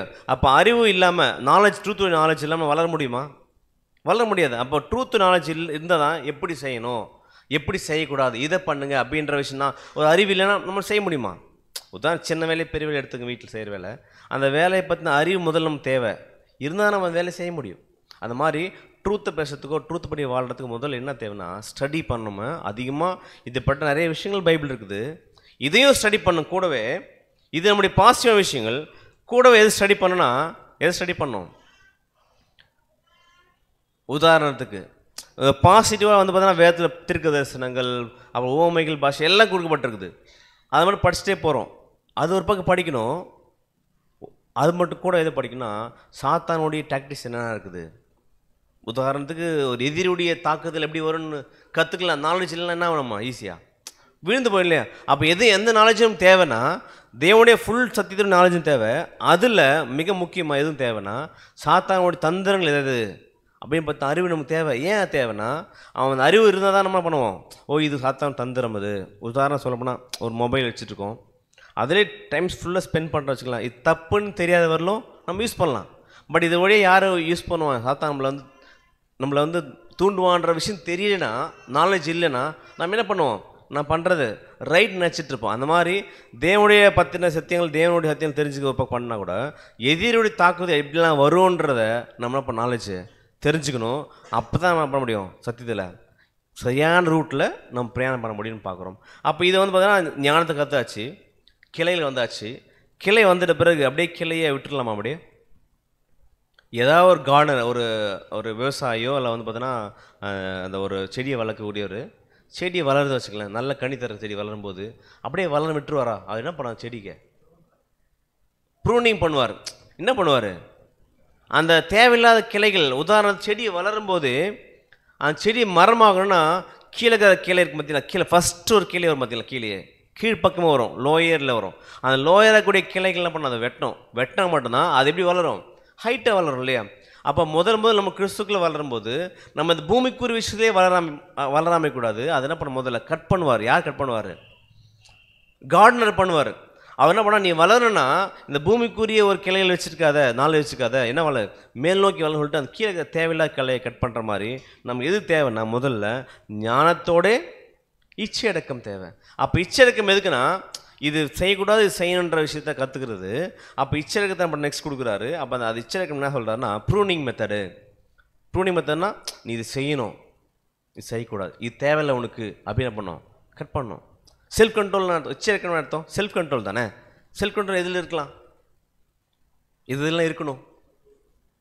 நம்ம பேசுறது ஃபஸ்ட்டு நம்ம யோசிக்கிறதுல யோசனை முதற்கொண்டு இது யோசிக்கக்கூடாது அப்படின்னு பண்ணணும், கட் பண்ணணும். இது தேவையில்லாமல் யோசிக்கக்கூடாது, அப்போ இது செய்யக்கூடாது அப்படின்ற எல்லா விஷயத்துலையும் செல்ஃப் கண்ட்ரோல் தேவை. நம்ம பேசுகிற வார்த்தை முதற்கொண்டு நம்ம சாப்பிட்ற சாப்பாடுலேயும் என்ன பண்ணணும், செல்ஃப் கண்ட்ரோல் தேவை. எக்ஸ்ட்ரா நிறைய சாப்பிட்டோம்னா என்ன பண்ணணும், ஆட்டோமேட்டிக்காகவே தேவையில்லாத உடம்புல தேவையில்லாத கொழுப்பு சரியில்லை. அப்போது செல்ஃப் கண்ட்ரோல்ன்ற விஷயம் வந்து பார்த்தீங்கன்னா, எப்படி வந்து ஒரு செடிக்கு வந்து நிறைய கிளைகள் இருக்க தப்பு இல்லை, எல்லா கிளைகளும் கண்டி தருமானா நிறைய கிளைகள் இருந்தால் கூட கிளைகள் கம்மியாக கனி எப்படி தெரியுமா இருக்கும்? ஒரு செடியில் கிளைகள் தான் வந்து பார்த்தோன்னா கனியை கொடுக்க போகுது, இலைகளும் கனியை கொடுக்க போகுது. ஆனால் அந்த கிளைகளுடைய எண்ணிக்கை நிறைய இருந்துச்சுன்னா கனியோட சைஸ் எப்படி இருக்கும்? சின்னதாயிடும். அப்போ என்ன பண்ணுவோம், கார்டன் என்ன பண்ணுவோன்னா அந்த தேவையில்லாத கிளைகள் கட் பண்ண எல்லா சாரம் எங்கே நேராக போகும்? ஒரு சில மெயினான ஒரு தண்டுக்கு போகும்போது அந்த வரக்கூடிய பழங்கள் வந்து பெருசாக இருக்கும் இல்லையா? அப்போ இதான் பண்ணுவார். அந்த மாதிரி நம்மக்கிட்ட தேவையில்லாத குணத்தை, தேவையில்லாத விஷயத்தை எப்படி கட் பண்ணால் செல்ஃப் கண்ட்ரோல் வச்சு இது தேவனுடைய சித்தத்திற்கு இது உட்பட்டது இது உட்படாதுன்றதை கற்பனை போடும்போது தான் என்ன பண்ணோம் நம்ம விஷயம். அப்போ இது தேவையான விஷயம் என்ன சொல்கிறேன்னா, அறிவு இருமாப்பை உண்டாக்கும், அன்போ பக்தியத்தை உண்டாக்கும் வசனம் இருக்கும். அப்போ அறிவுனா அறிவு வச்சிருக்கலாம், தப்பு கிடையாது. அந்த அறிவு எந்த கட்டை தாண்டக்கூடாது, இருமாப்புனா பெருமைக்குள்ளே போயிடக்கூடாது. அப்போ வசனத்தை படிக்க நிறைய விஷயம் கற்றுக்க எது வந்துடக்கூடாது, அந்த தேவையில்லாத குணம் எது, பெருமை. அப்போ அது வர்றதுக்கு வர விஷயத்துக்கு காரணமாக இருக்கிறதுனால தேவனை பண்ணனா நாலேஜ் இருக்கட்டும். அந்த நாலேஜ் வந்து பார்த்தோன்னா எதுக்கு கணித்தரமாக நாலேஜாக இருக்கணும்.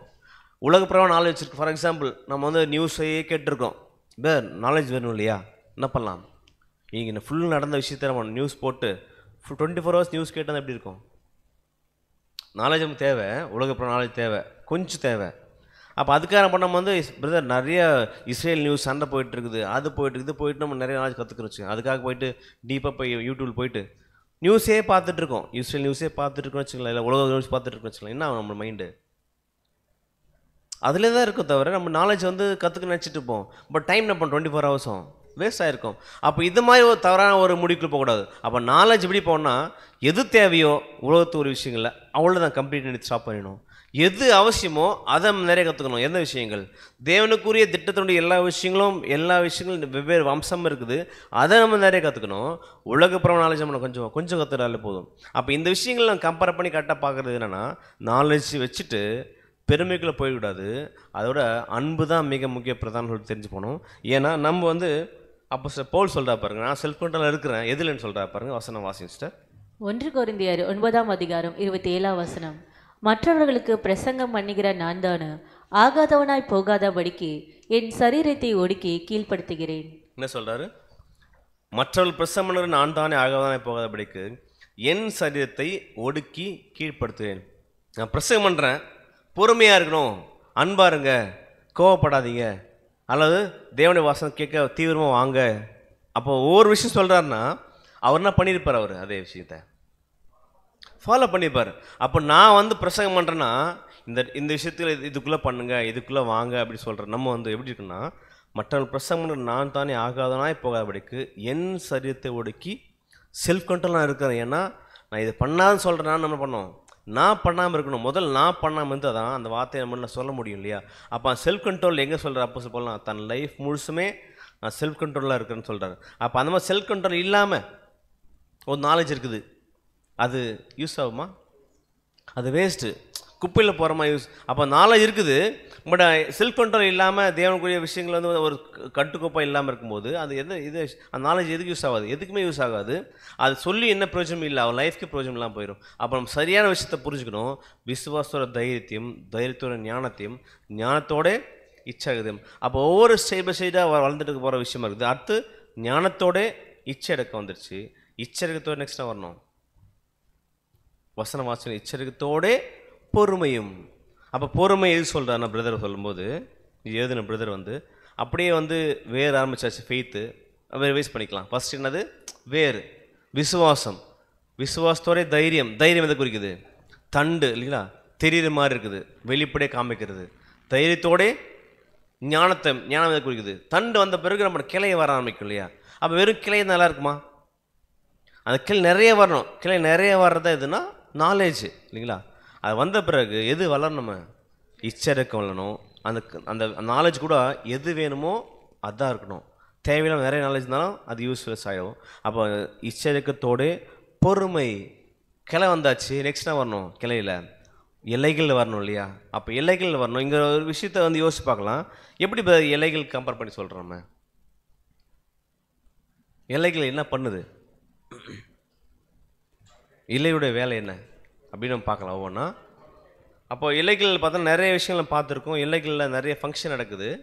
அந்த ஃபங்க்ஷன் பார்த்தோன்னா மெயினாக வந்து பார்த்தோன்னா செடிக்கு தேவையான விஷயங்கள் சிலதெல்லாம் இருக்குது அதில். அது மட்டும் இல்லாமல் இந்த இலைகளில் மெயினாக பார்த்தோன்னா அந்த இலைகள் வந்து பசுமையாக இருக்குது, பசுமையாக இருக்கும் பார்த்துருப்போம் நம்ம இல்லையா. நிறைய பசுமையாக இருக்கும். அப்போ அது வந்து எது சொல்கிறேன்னா, பசுமையாக இருக்கிற இலைகள் பார்க்கும்போது இலையெல்லாம் மரம் நல்லா இருக்குமா? இருக்காது. ரொம்ப காஞ்சு போகிற செடி தான் எப்படி இருக்கும் பார்க்கவே நல்லா இருக்கு இல்லையா. அப்போ இலைகளுக்கு தான் எப்படி இருக்கும் பார்க்கறதுக்கு பசுமையாக இருக்குது. அந்த மாதிரி ஒரு மனுஷனுக்கு இந்த பொறுமை இருக்குது தான். பொறுமை இருக்கிறதுனா அந்த பொறுமை தான் எதை காமிக்குதுன்னா ஒரு நல்ல பசுமையாக இருக்குது காமிக்குதான். பொறுமையாக இருக்கிறது எப்படி சொல்லலாம் அப்படின்னா, இப்போ இந்த இலைகளை பார்த்தோன்னா தன்னை பசுமையை காமிக்கிற மாதிரி இலைகள் இல்லாத வந்து பொறுமை இல்லாத ரெப்ரசன்ட் பண்ணுது. அப்போ மெயினாக பார்த்தோன்னா இது வசனம் எப்படி சொல்கிறார்? வசனம் வாசிங்க பாருங்க. அதுலேயே வந்து யாக்கோபு 5:10 வசனம் வாசிங்க.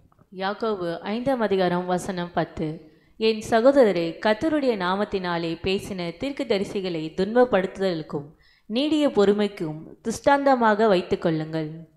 அப்போ ஒரு மனுஷன் வந்து நீடிய பொறுமையாக இருக்கணும். அந்த பொறுமை தேவை.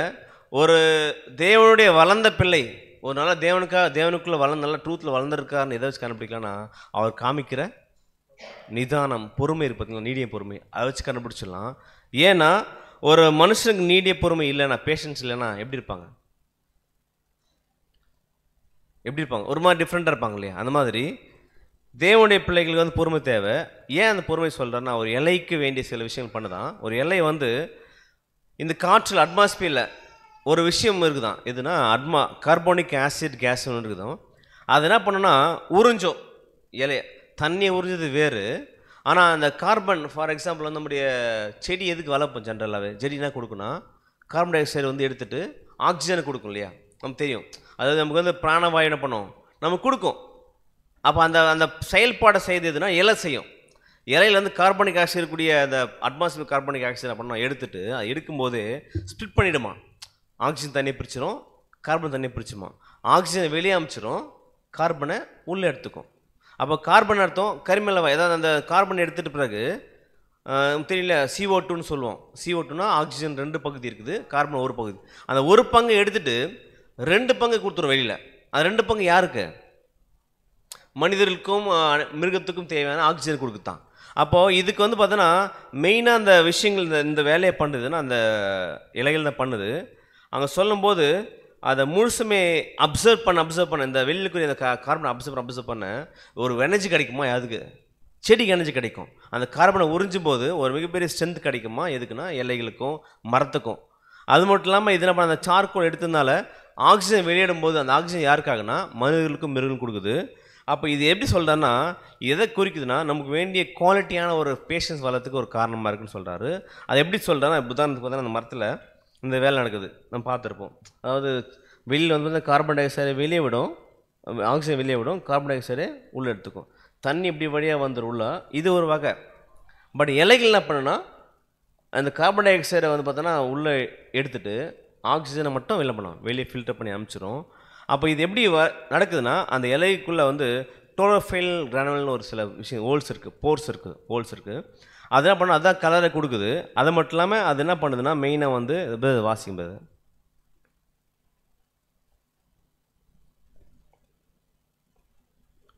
ஓகே நான் வாசிச்சுமா. The carbon is assimilated to give strength to the various parts of tree. அதை கார்பனை பண்ணுனா உள்ளக்குற வேரிய பார்ட்ஸ் ஆஃப் கூடிய மரத்துக்கு வேண்டிய எல்லா ஸ்ட்ரென்த் நம்ம அதை கொடுக்குது.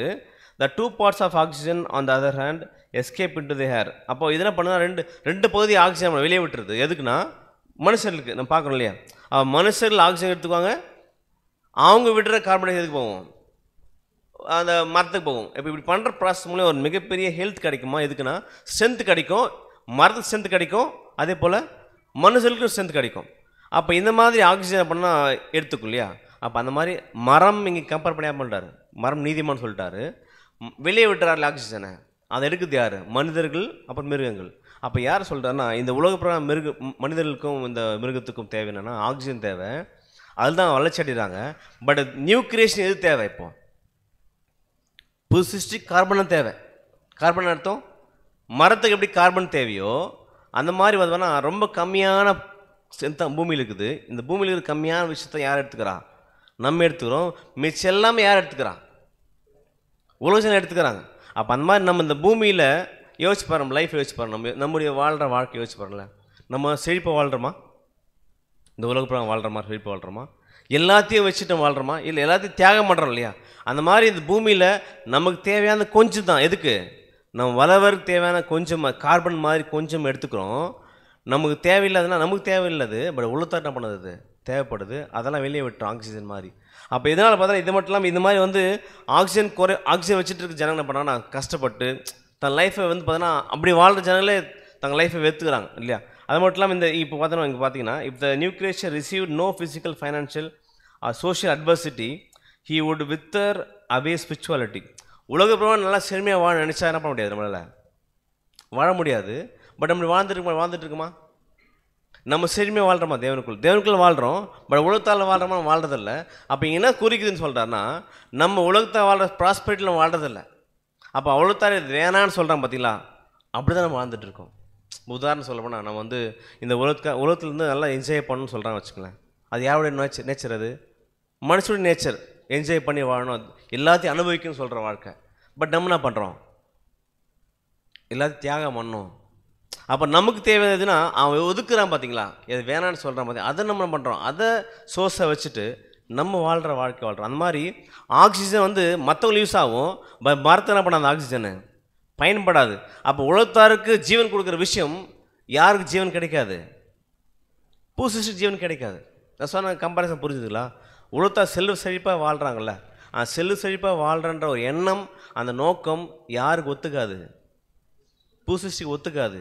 அதே போல் இந்த புது சிருஷ்டி வந்து இப்படி தான் வாழணும், இப்படி வாழக்கூடாதுன்னு ஒரு கட்டுக்கப்பாக வாழ்கிறாங்க, செல்ஃப் கண்ட்ரோல் வாழ்றாங்க. இந்த வாழ்க்கை யாருக்கு ஒத்துக்காது, உலகஜனம் ஒத்துக்காது. அதான் சொல்கிறேன், ஆக்சிஜன் உலகத்தாருக்கு ஏற்ற விஷயம் பண்ணுது, கார்பன் வந்து என்ன பண்ணுது மரத்துக்கு தேவை விஷயம் பண்ணுது. அப்போ மரம் யார் இங்கே, நியூ கிரியேச்சர். அப்போ நியூ கிரியேச்சருக்கு கொஞ்சம் தான் தேவை, கார்பன் தேவை, அந்த கார்பனே ஸ்ட்ரென்த் கொடுக்கும். அப்போ அந்த கார்பன் எதை கொடுக்குன்னா ஒரு ஃபிசிக்கல் ஃபைனான்ஷியல் ஒரு அட்வர்சிட்டி இருக்குது நமக்கு நியூ கிரியேஷனுக்கு, அதிலே வாழும், செழிப்பாக அதிலே வாழும். பட் உலகத்தார் அப்படி கிடையாது. அவங்க என்ன பண்ணுவாங்கன்னா எல்லாம் செல்வம் வாழும், எல்லாம் அதுக்காக உழைக்கிறதுலேருந்து எல்லாத்தையும் பண்ணுறது எல்லாம் பண்ணிவிட்டு அதுதான் செழிப்புன்னு வச்சுட்ருக்காங்க. பட் நியூ கிரியேஷனுக்கு அந்த மாதிரி லைஃப் இல்லவே இல்லை. அப்போ நமக்கு இந்த உலகத்தில் இருக்கிற கொஞ்சம் பகுதியே போதும், கார்பன் இருக்கிற கொஞ்சம் பகுதியே போதும் நம்ம வாழ்கிறதுக்கு. பட் உலகத்தாருக்கு வந்து ஆக்சிஜன் மாதிரி நிறைய தேவைப்படுது அவங்க வாழ்கிறதுக்கு. அப்போ நம்ம என்ன பண்ணால், ஏன்னா நம்ம வாழ்கிற வாழ்க்கை வந்து பார்த்தோன்னா கிறிஸ்துக்குள்ளே வாழ்கிற வாழ்க்கை எப்படி, உலகத்தை நேசிக்கிறாங்களா உலகத்தார், அந்த மாதிரி நம்ம உலகத்தை நேசிக்கிறோமா. உலகத்தார் வெறுப்பாங்க நம்மளை, பட் உலகத்தார் மாதிரி வாழ்ந்தால் நேசிப்பாங்க. அப்போ நீங்கள் உலகத்தார் அல்லாத போல் நான் இல்லாத மாதிரி நீங்களும் இல்லை. அப்போ உலகத்தை வெறுத்து வரக்கூடிய குரூப் தனியாக இருக்கிறாங்க, அப்போ வெறுக்காத குரூப் தனியாக இருக்கிறாங்க இல்லையா. அப்போ வெறுக்கிற குரூப்பாக இருக்கிற நம்ம வந்து உலகத்தை வெறுக்கிற குரூப் நம்ம என்ன பண்ணோம், நம்ம கொஞ்சமான விஷயத்தை உலகத்தில் யூஸ் பண்ணுறோம் நம்ம வளர்ச்சி அடையத்துக்கு. பட் உலகத்தில் என்ன பண்ணுறாங்க, அவங்க என்னென்ன விஷயம் தேவை எல்லாத்தையும் யூஸ் பண்ணிக்கிறாங்க. அப்போ நம்ம வெளியே விடுறோம் இல்லையா, அதில் தான் யாரும் வாழ்கிறாங்க முழுசா. நம்ம எது வேணாம், இப்போ வந்து வாழும் முறையும் வேணாம் விடுறோம் பார்த்தீங்களா, இந்த வாழ்க்கையில் தான் யார் வாழ்ந்துட்டுருக்கு, இப்போது உலகத்தில் வாழ்ந்துட்டு இருக்காங்க. இது லிட்டரலாகவே பொருந்தும். ஒரு வெளியே இருக்கிற அட்மாஸ்பியரில் எது ரொம்ப கம்மியாக இருக்குது பாருங்கள்,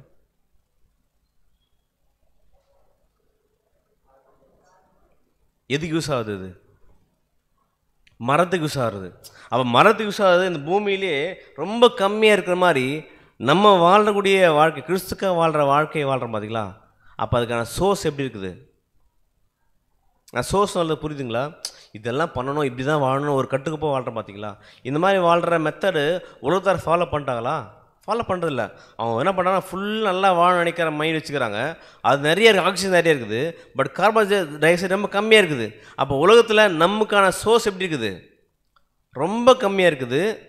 மரத்துக்கு இருக்கிற மாதிரி ஒரு மரம் வந்து கார்பன் டை ஆக்சைடு கம்மியாக ஒரு பங்கு எடுத்து 2 பங்கு விட்டுற மாதிரி ரொம்ப கம்மி சோர்ஸ் தான் இருக்குது மரம் வளர்கிறதுக்கு ஏறும்போது. அப்போ நம்ம நியூ கிரியேச்சருக்கு வந்து இந்த பூமியில் சோர்ஸே கம்மி தான், அங்கே தான் இருக்குது. அப்போ நம்ம எப்படி யூஸ் பண்ணதை? சோர்ஸ்னால் புரியல, ஆதாரம். நம்ம நியூ கிரியேஷன் வளர்றதுக்கு ஆதாரம் ரொம்ப கம்மி. உதாரணம் சொல்லப்போனால் 24 ஹவர்ஸ் இருக்குது பிரதர். 24 ஹவர்ஸ் நமக்கு இருக்குது. 24 ஹவர்ஸில் 8 மணி நேரம் நம்ம பண்ணுறோம், தூங்குகிறோம். 8 மணி நேரம் வேலைக்கு போகிறோம். எத்தனை ஹவர்ஸ் போச்சு இதுலேயே? 16 மணி நேரம் போச்சு. மிச்ச காலை எல்லா விஷயத்தையும் சாப்பிட்றது எல்லாம் போகிறது, அது ஒரு 2 மணி நேரம் வச்சுக்கலாம். எவ்வளோ போயிடுச்சு? 16-18 மணி நேரம் போச்சு. மிச்சம் இருக்கிற 6 மணி நேரம் ஃபேமிலியோடு சில டைம் ஸ்பெண்ட் பண்ணுவோம். 2 மணி நேரம் விட்டுலாம், மிச்சம் 4 மணி நேரம் வச்சுக்கலாம். உதாரணத்துக்கு ஒரு நாளைக்கு எவ்வளோ தான் இருக்குது டைமே? 4 ஹவர்ஸ் இருக்குது. 4 ஹவர்ஸ் நம்ம படிக்கிறோம். படிக்கும்போது கான்சன்ட்ரேஷனோடு படிக்கிறோமா? அதில் ஒரு கான்சன்ட்ரேஷன் போயிடுது. ஒரு மினிமம் ஒரு 1 ஹவர் கான்சன்ட்ரேஷனோட படித்தா 1 ஹவர். அப்போ ஒரு நாளைக்கு எத்தனை ஹவர் தான் நம்ம யூஸ் பண்ணுறோம்? நமக்கு இருக்குது ஃப்ரீயாக 1 ஹவர் இருக்குதுன்னா அந்த 1 ஹவர் எப்படி யூஸ் பண்ணணும்? சோர்ஸ் ரொம்ப கம்மி தான் பூமியில். நம்முடைய சாத்தானுடைய நம்முடைய எல்லாத்தையும் உறிஞ்சிக்கிறான், எல்லாத்தையும் எடுத்துக்கிறான். பூமிக்காக வாழ்கிறதுக்கு வேண்டிய எல்லா விஷயம் பண்ண வச்சிடறான். பட் நம்ம ஸ்பிரிச்சுவல் லைஃபுக்கு நம்ம மரமாக வளர்ந்து டெவலப் ஆகிறதுக்கு நமக்கு கொடுக்குற சோர்ஸ் வந்து ஆதாரம் வந்து ரொம்ப கம்மியாக இருக்குன்னா அந்த 1 ஹவர் நம்ம வேஸ்ட் பண்ணுறோம்னு வச்சுக்கலாம். மொபைல் நோண்டியோ இல்லை வேறு எதாவது பண்ணியோ இல்லை என்ஜாய்மெண்ட்டுக்கு வெளியே போயிட்டு சுற்றி இருந்தோம்னா அந்த 1 ஹவர் என்ன பண்ணிச்சு டோட்டலாகவே? அப்போ ஒரு நாள் 24 ஹவர்ஸும் என்ன ஆச்சு? உலகத்துக்கே போயிடுச்சு இல்லையா? அப்போ நமக்கு ஆதாரமாக இருக்கிற விஷயம் ரொம்ப கம்மி. எப்படி கார்பன் டை ஆக்சைடு கம்மியாக இருக்கிற மாதிரி மரத்துக்கு தேவையான விஷயம் கம்மியாக இருக்கிறதுனால அந்த கம்மியை எடுத்துகிட்டு ஆக்சிஜன் கொடுத்துருது. அந்த மாதிரி நம்ம வந்து அந்த கம்மி ஹவர்ஸை யூஸ் பண்ணி நம்ம என்ன மாறணும்? இப்போது சபையாக மாறணும் நிச்சயமாலே. அப்போ உலகம் எப்படி நம்மளை பிரிச்சிருக்கு நம்முடைய லைஃப் வந்து பார்த்தா நம்ம லைஃப்பில் எல்லாத்தையும் உறிஞ்சிது மாதிரி. அப்போ நம்முடைய லைஃப்பில் எதெல்லாம் நமக்கு ஆதாரமாக இருக்குதோ பூமிக்கு கடவுளுடைய வாழ்க்கை வாழ்கிறதுக்கு 24 ஹவர்ஸ் தேவனுக்குள்ளே வாழ்கிற வாழ்க்கை எப்படி இருக்கும்? ஒரு நாள் 24 ஹவர்ஸ் எந்த பிரச்சனையும் இல்லை. 24 ஹவர்ஸ் வந்து தேவனுக்கே வாழலான்னா எப்படி இருக்கு அந்த லைஃபு? ஆமாம், தேவன் வைப்பாரா? வைக்க மாட்டார். இந்த உபத்திரத்தின் பாடு மத்தியில் தான் நம்ம கிருஷ்ணே நல்லா வளரும். அந்த மாதிரி இந்த ஒரு டைமில் நம்ம கிடைக்கிற டைமே ரொம்ப கம்மியாக இருக்கும்போது, உதாரணம் இன்றைக்கி எல்லாம் காலையில் வந்து 6 உட்காரதே வந்து பார்த்தா எத்தனை நேரம் உட்காரோம்? இங்கே ஒரு 3 ஹவர்ஸ் உட்கார வச்சுக்கலாம். 3 ஹவர்ஸ் உட்காரும்போது ட்ரூத் கேட்க வரோன்னு வச்சுக்கலாம். அந்த உட்காரும் போதே நம்முடைய மனநிலை என்ன, காலையில் இப்படி இந்த வீட்டில் வச்சுட்டு வந்தோம், என்ன இருக்குமோ தெரியலையே, இதை லைட்டில் ஆஃப் பண்ணுமா தெரியலையே அப்படின்னு உட்காந்து கான்சன்ட்ரேஷன் இல்லாமல் உட்காந்துருந்தா நம்ம படித்த விஷயங்கள்லாம் எதாவது உள்ளே போய் மைண்டில் உட்காருமா? அப்போ கிடைக்கிற ஒரு 2 ஹவர்ஸ் எப்படி போயிடுச்சு? நம்ம வேலை அன்றாட விஷயத்தை பண்ணுறதுலே போயிடுச்சுன்னா அந்த கான்சன்ட்ரேஷன் வரலைன்னா நம்ம இதை வச்சு எப்படி நம்ம வளர முடியும் இல்லைங்களா? அப்போ சோர்ஸ் ரொம்ப கம்மியாக இருக்குது சொல்லுங்க, அந்த பாயிண்ட் சொல்ல வரேன். அப்போ சோர்ஸ் வச்சு தான், ஆனால் அவ்வளோ தர பாருங்கள் 24 ஹவர்ஸ் இருக்குது அவனுக்கு, என்ன வேணா பண்ணுறான். அது என்னென்னா அப்படி எப்படின்னா வாழலான்றது ஈஸியாக டைம் கிடைக்குது. பட் இப்படி தான் வாழணும் போது நமக்கு என்ன பண்ணல டைம். அந்த டைம் கிடைக்கிற கொஞ்சம் டைமையே எப்படி அந்த கொஞ்சம் கார்பன் வச்சுட்டு அதை என்ன பண்ணுதுன்னா நல்ல வளர்ச்சி அடைய மரம். நம்முடைய லைஃப்பும் கொஞ்சம் தான் இருக்குது. இது மாதிரி டைம் மாதிரியே நிறைய விஷயம் எடுத்துக்க நீங்கள் எதுனா கம்பேர் பண்ணி பார்த்துக்குங்க. அப்போ அந்த மாதிரி ஒவ்வொரு விஷயம் நமக்கு கொஞ்சமாக இருக்குது, அதை யூஸ் பண்ணி நம்ம வந்து வளரணும்னு பார்க்குறோம். அது மட்டும் இல்லாமல் இந்த ப்ராசஸ் பண்ண பார்த்தீங்கன்னா இலை வந்து ப்ராசஸ் பண்ணுறதில்ல, அது எப்போ தான் நடக்குது தெரியுமா? பகல் தான் நடக்குமா? வெயில் வந்து தான் அந்த விஷயத்தை பண்ண முடியுமா? இந்த ப்ராசஸ் பண்ண பார்த்தீங்களா, அந்த கார்பனை எடுத்து அந்த ஆக்சிஜன் வெளியே வருது. இது எப்போ தான் நடக்குதுன்னா சூரிய ஒளி பட்டால் தான் பண்ணாது அந்த விஷயத்தை அதால் பண்ண முடியும். அப்போ இங்கே சூரிய ஒளி எதை குறிக்குது? அப்போ நம்முடைய ஆண்டவருடைய ப்ரெசன்ஸ், அந்த விஷயம் கிறிஸ்துவுடைய அந்த லைட்டு, சத்திய வசம் லைட்டுன்ற விஷயம் நம்ம பட்டால் தான் அங்கே ப்ராசஸ் நடக்கும். அப்போது அந்த வெளிச்சம் படுறதுக்கு அது பகல் மட்டும் தான் அந்த விஷயத்தை பண்ண முடியுதா? இல்லை, அது மாதிரி நமக்கு கிடைக்கிற டைம் கொஞ்சம் தான். அந்த டைமுக்குள்ள நம்ம பண்ணணும் இந்த விஷயத்தை ப்ராசஸ் பண்ணி முடிச்சோன்னு பார்க்குறோம். அந்த சூரிய ஒளி தான் மிக முக்கியம். நமக்கு தேவனுடைய ஃபேவர் கிடைக்கிற டைம். அந்த ஃபேவர் கிடைக்கிற டைமில் நம்ம என்ன பண்ணோம்? சப்போஸ் அந்த ஃபேவர் கிடைக்கிற டைம் கூட கொஞ்சம் காலத்தில் போக போகுது. ஒருவரும் கிரியை செய்யக்கூடாத ராக்காலம். பகற்காலம் இருக்க மட்டும் நம்மளுக்கு கிரியை செய்யணும். பகற்காலம் இருக்குன்னா வெளிச்சம் இருக்கும், சூரியன் இருக்கும். அப்போ கிறிஸ்து கொடுக்குற ஃபேவர் டைம் தான். இந்த ஃபேவர் டைம் மட்டும் அனுக்கிற காலத்தில் நம்ம யூஸ் பண்ண விட்டோம்னா நமக்கு வேண்டிய அந்த ப்ராசஸ் ஆக்சிஜனை விட்டுட்டு கார்பன் டை ஆக்சைடு எடுத்துகிட்டு வாழக்கூடிய விஷயம் நடக்காமல் போயிடுற மாதிரி நம்ம இந்த கிடைக்கிற ஃபேவர் டைமை மிஸ் பண்ணாமல் கிடைக்கிற கொஞ்சம் மணி நேரம் நம்ம பண்ணுவோம் ஃப்ரூட்ஃபுல்லாக யூஸ் பண்ணணும் பார்க்குறோம். அப்படி வந்தால் தான் நம்ம என்ன பண்ணோம் அதிகமாக தேவனுக்குள்ளே வளர முடியும். அப்போ இது எல்லாம் பார்க்கும்போது கிளை வந்தாச்சு, இலையை வந்தாச்சு. யோசிச்சு பாருங்களேன், திடீர்னு ஒரு பெரிய காற்று வருது. காற்று வந்து அந்த இலையெல்லாம் அப்படியே சும்மா காற்று வரும் பார்த்துருக்கலாம். மரத்தை பார்க்கும்போது அப்படியே ஒரு அலைப்பாஞ்சிட்டு காற்று நின்ட்டோடனே அந்த காற்று வந்தால் சூடே இல்லாமல் இருக்கும். பார்த்துருக்கீங்களா? பழையமாக நார்மல் பொசிஷன் வந்து நின்றோம். இப்போ மரம் நல்லா காற்று அடிச்சிருக்கோம், அடிக்கும்போது அப்படியே இப்படி ஆடும். ஆடினா கூட அது என்ன பண்ணாது, வேரோட பிடுங்காது. பட் கொஞ்சம் போது தான் காற்று நின்றுச்சுன்னு அது நார்மல் பொசிஷன் வந்துடும் இல்லையா? இதுதான் பேஷன்ஸுக்கு. நமக்கு உபத்திரம் வரும், அப்படியே அலை கிடைக்கிற மாதிரி இருக்கும். அலை கிடைச்சாலும் அந்த உபத்திரம் வந்து போன பிறகு அந்த உபத்திரம் வந்துச்சானே யாருன்னு அந்த டைமில் காமிக்கிற அந்த பொறுமை இருக்குது பார்த்தீங்களா? அதுதான் சொல்கிறேன், இலைக்கு கம்பேர் பண்ணி சொல்கிறார் பொறுமை. அந்த அளவுக்கு பொறுமையாக இருந்தால் அந்த அளவுக்கு ஸ்டெம்மு ஸ்ட்ராங்காக இருந்துச்சுன்னா, ஸ்டெம்னு பார்த்தோம் இல்லையா, அந்த தைரியம் ஒருத்தராக இருக்கும்போது அந்த வேறு ஸ்ட்ராங்காக இருக்கும்போது எந்த காற்று வந்தாலும் என்ன பண்ண முடியாது, நம்மளை அசைச்சு பார்க்க முடியாதுன்னு சொல்கிறாரு. அப்போ இங்கே பார்த்தா மெயினாக இப்போ இந்த பாயிண்ட் வரலாம். எது வரல பார்த்தோம் நம்ம? விசுவாசத்தோட தைரியம், தைரியத்தோட ஞானம், ஞானத்தோட இச்சடக்கம், இச்சடக்கத்தோட பொறுமை. எது இருந்துச்சு? ஃபஸ்ட்டு வேறு, தண்டு, கிளைகள் கழிக்கப்பட்டு ஃபுல் நல்லா மரம் வந்துடுச்சு, இலை வந்துடுச்சு. இப்போ ஒரு முழுமையான மரமாக இருக்கு இல்லையா? சரி, இதே போதும் விட்டுருக்கலாம்ல. இது நல்ல கேரக்டர் தானே? விசுவாசம், தைரியம், சாந்த, அப்புறம் இச்சடக்கம், பொறுமைலாம் நல்ல கேரக்டர் தானே? இதை வச்சு நம்ம சபையாக மாற முடியுமா? மெயின் இது அல்டிமேட்டாக கனி கொடுக்கணும், அதுதான் பர்பஸே இல்லைங்களா? அப்போ நிறைய கேரக்டர் வளர்த்தா கூட தேவனுடைய சபையாக மாறத்துக்கு ஒரு கேரக்டர் இருக்குது, கடைசியாக கனி கொடுக்கணும். அந்த விஷயம் போகிற வரலும் இந்த கேரக்டர் டெவலப்மெண்ட்டை பண்ணிட்டே இருக்கணும். ஒரு ஸ்டெப் பை ஸ்டெப் இம்ப்ரூவ் ஆகிக்கணும். அப்போ இந்த ட்ரைனிங் வந்து பண்ணிட்டோம்னா நம்ம எப்படி இருப்போம்னா கிறிஸ்துக்குள்ள வரோம். அதை சொல்கிறா பாருங்கள், we can picture before our mind just such a strong, beautiful character, full of spiritual life and energy, giving grateful shelter to man and beast. அப்போ இந்த மாதிரி ஒரு பெரிய மரம் ஆகிட்டோன்னே அப்பாவுக்கு எப்படி இருக்குன்னா அப்படியே எல்லாருக்கும் ஒரு நிழல் தர மாதிரி ஒரு கண்டிஷன். அதே போதும்னு நான் யோசிக்க முடியாது. ஏன்னா மெயினாக நமக்கு தேவையான விஷயம் தான் நெக்ஸ்ட் வரப்போகுது. அப்போ ரிவைஸ் பண்ணும்போது பார்த்தோன்னா முதல்ல பார்த்து தான் அதே சேம் விசுவாசம் தேவை நமக்கு, அதான் வேற சொல்கிறாரு. அப்புறம் அந்த ஹோலி ஸ்பிரிட் மூலிமா சாப் பண்ணுற மூலிமா அந்த தண்ணி உறிஞ்சப்பட்டு மேல் நோக்கி போகுது. அந்த சாப் தான் மிக முக்கியம் மேலே பண்ணுது. எல்லாம் டிசால்வ் பண்ணி மினரல்ஸ் எல்லாம் தூக்கி நம்ம மேலே கொண்டு போகிற விஷயத்தை பண்ணுது. விசுவாச தைரியம் வளரணும். அப்போ தைரியத்தோட ஞானம் வளரணும், ஞானத்தோட இச்சை அடக்கம் வளரணும், இச்சை அடக்கத்தோட பொறுமை வளரணும். அப்போ பொறுமையோடு விட்டோம்னா விடக்கூடாது. பட் நம்ம அல்டிமேட் கோல் இது கனி வரணும். அந்த கனி ஏன் சொல்கிறேன்னா லவ் சொல்கிறார், அன்பு தான். கடைசி சொல்கிறார் அன்பை கூட்டி வழங்குன்னு சொல்கிறாரு. அன்பு வரணும். அந்த அன்பு வர்றதுக்கு என்ன தேவைன்னா இங்கே தான் ஒரு மிக முக்கியமான விஷயத்தை பார்க்க மிக முக்கியமான விஷயம் பார்க்க போகிறோம். இலை வந்துருச்சு, பார்க்க பசுமையாக இருக்குது. இலை ஸ்டாப் பண்ணோமா? இல்லை, இலையோட ஸ்டாப் ஆகாது. நெக்ஸ்ட்டு தான் என்ன பண்ண போனால் இப்போ அந்த தண்டு அந்த பழத்துக்கே உரிய ப்ராசஸ் பண்ண போகுது. இப்போது பழத்துக்கு உரிய ப்ராசஸ் என்னென்னா அந்த பழம் வரணும்னா முதல்ல என்ன வரணும்? பூ வரணுமா? பூக்கு முன்னாடி மொட்டு வரணும் இல்லையா? அப்போது இலை வந்துட்டால் போதும், ஒரு பர்ஃபெக்டான ட்ரீயாக மரமாக மாறிடும். பட் மரத்தோட போதுமானா, ஒரு பொறுமையோடு இருந்தால் போதுமானா இல்லை, அதுக்கப்புறம் நிறைய டெவலப் பண்ண வேண்டிய விஷயம் இருக்குது. அது எதுக்காகனா கனித்தரத்துக்காக சில விஷயம் பண்ண வேண்டியது. கடைசி அல்டிமேட்டாக ஒரு 3 ஸ்டெப் இருக்குது. முதல்ல ஒரு அந்த மொட்டு வரணும், மொட்டு பிறகு என்ன பண்ணணும்? பூ வரணும், பூ வந்த பிறகு என்ன வரும்? கனி வரும். அல்டிமேட்டாக கனி வரும். அந்த 3 ப்ராசஸ் சொல்கிற பிரதர் சொல்கிறாரு. இதுதான் வந்து பார்த்தீங்கன்னா மிக முக்கியமானது. அந்த 3 ப்ராசஸ் தான் நமக்கு வேண்டிய கடைசியாக கனி கொடுக்குற விஷயம் இருக்குது. அப்போ அடுத்து நான் சொல்கிறேன்னா விசுவாசத்தோட எல்லாம் முடிச்சுட்டு பொறுமையோடு தேவ பக்தின்னு வாசம் சொல்லப்பட்டிருக்கோம். அப்போ தேவ பக்தி எதுக்குன்னா காட்லினஸ், தேவபக்தி தான் இங்கே சொல்லப்பட்டது. கம்பேர் பண்ணுறாருன்னா ஒரு மொட்டு சொல்லப்பட்டிருக்கு. அந்த மொட்டுக்குள்ளே தான் எது இருக்குன்னு ஒரு ஜெர்ம் இருக்குது. ஒரு பழத்தை உண்டாக்குற ஒரு உயிர் ஊட்டம் தரக்கூடிய ஒரு விஷயம் இருக்குது. ஒரு பழம் வரணும் இல்லையா? அந்த பழத்துக்கான ஆதாரம் எங்கே இருக்குது? இப்போது அந்த மொட்டில் தான். இலையில் இருக்குதா? தண்டில் இருக்குதா? அதில் வந்து வேரில் இருக்குதா? இல்லை, அந்த பூவில் மொட்டு. அந்த மொட்டுக்குள்ளே தான் எதுனா அந்த கனி வரக்கூடிய ஒரு ஜெர்ம் இருக்குது. உயிர் உள்ள பொருள் ஒன்று கரு இருக்குது.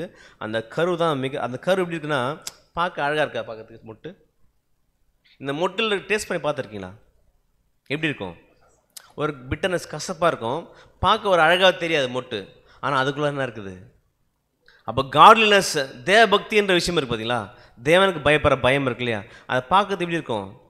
ஒரு வித்தியாசமாக இருக்கும். பட் அதுக்குள்ளே தான் எதுக்குன்னா தேவபக்தியுடைய உச்சத்தில் தான் போகும்போது தேவபக்தி தேவனுக்கு பயந்து நடக்கிற வாழ்க்கையில் தான் கடைசியாக கண்ணி தரக்கூடிய ஒரு மிகப்பெரிய சோர்ஸ் இருக்குன்றதை நான் பார்க்க போகிறோம். வசனம் வாசிச்சிருப்போம் 1 தீமோத்தேயு 5:8 என்ன இருக்குன்னா, அப்போ தேவனும் பார்த்தீங்கன்னா அந்த ஒரு வசனம் வாசிக்கும் போது 1 தீமோத்தேயு 5:8 பைபிள் வாசிங்க சிஸ்டர்.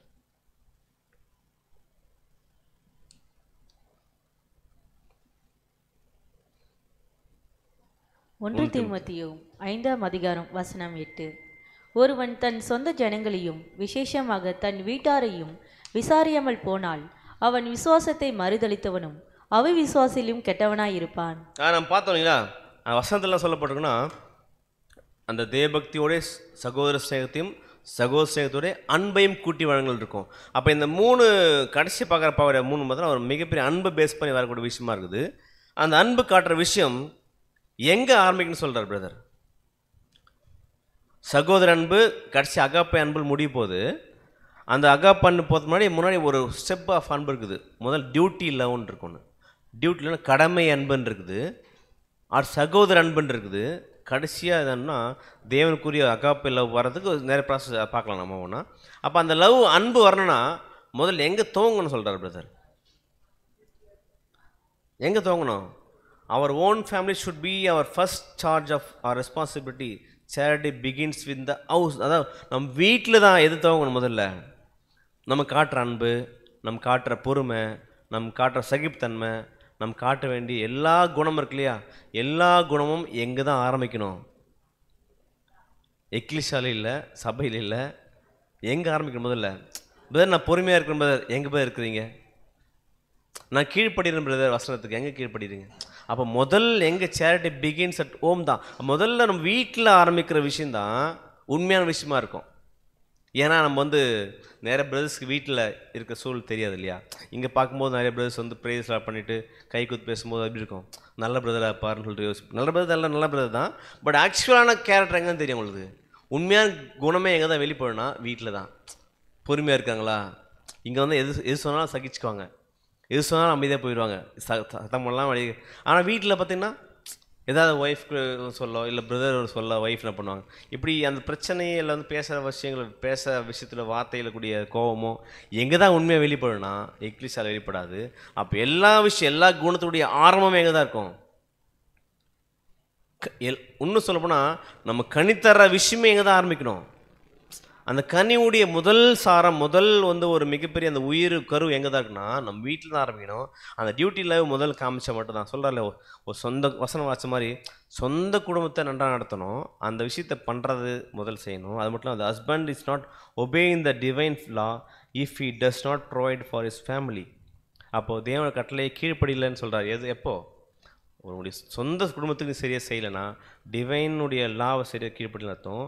அது மட்டும் இல்லாமல் communism is not the lord's arrangement. அப்போ இந்த மாதிரி நிறைய சொல்கிறார்.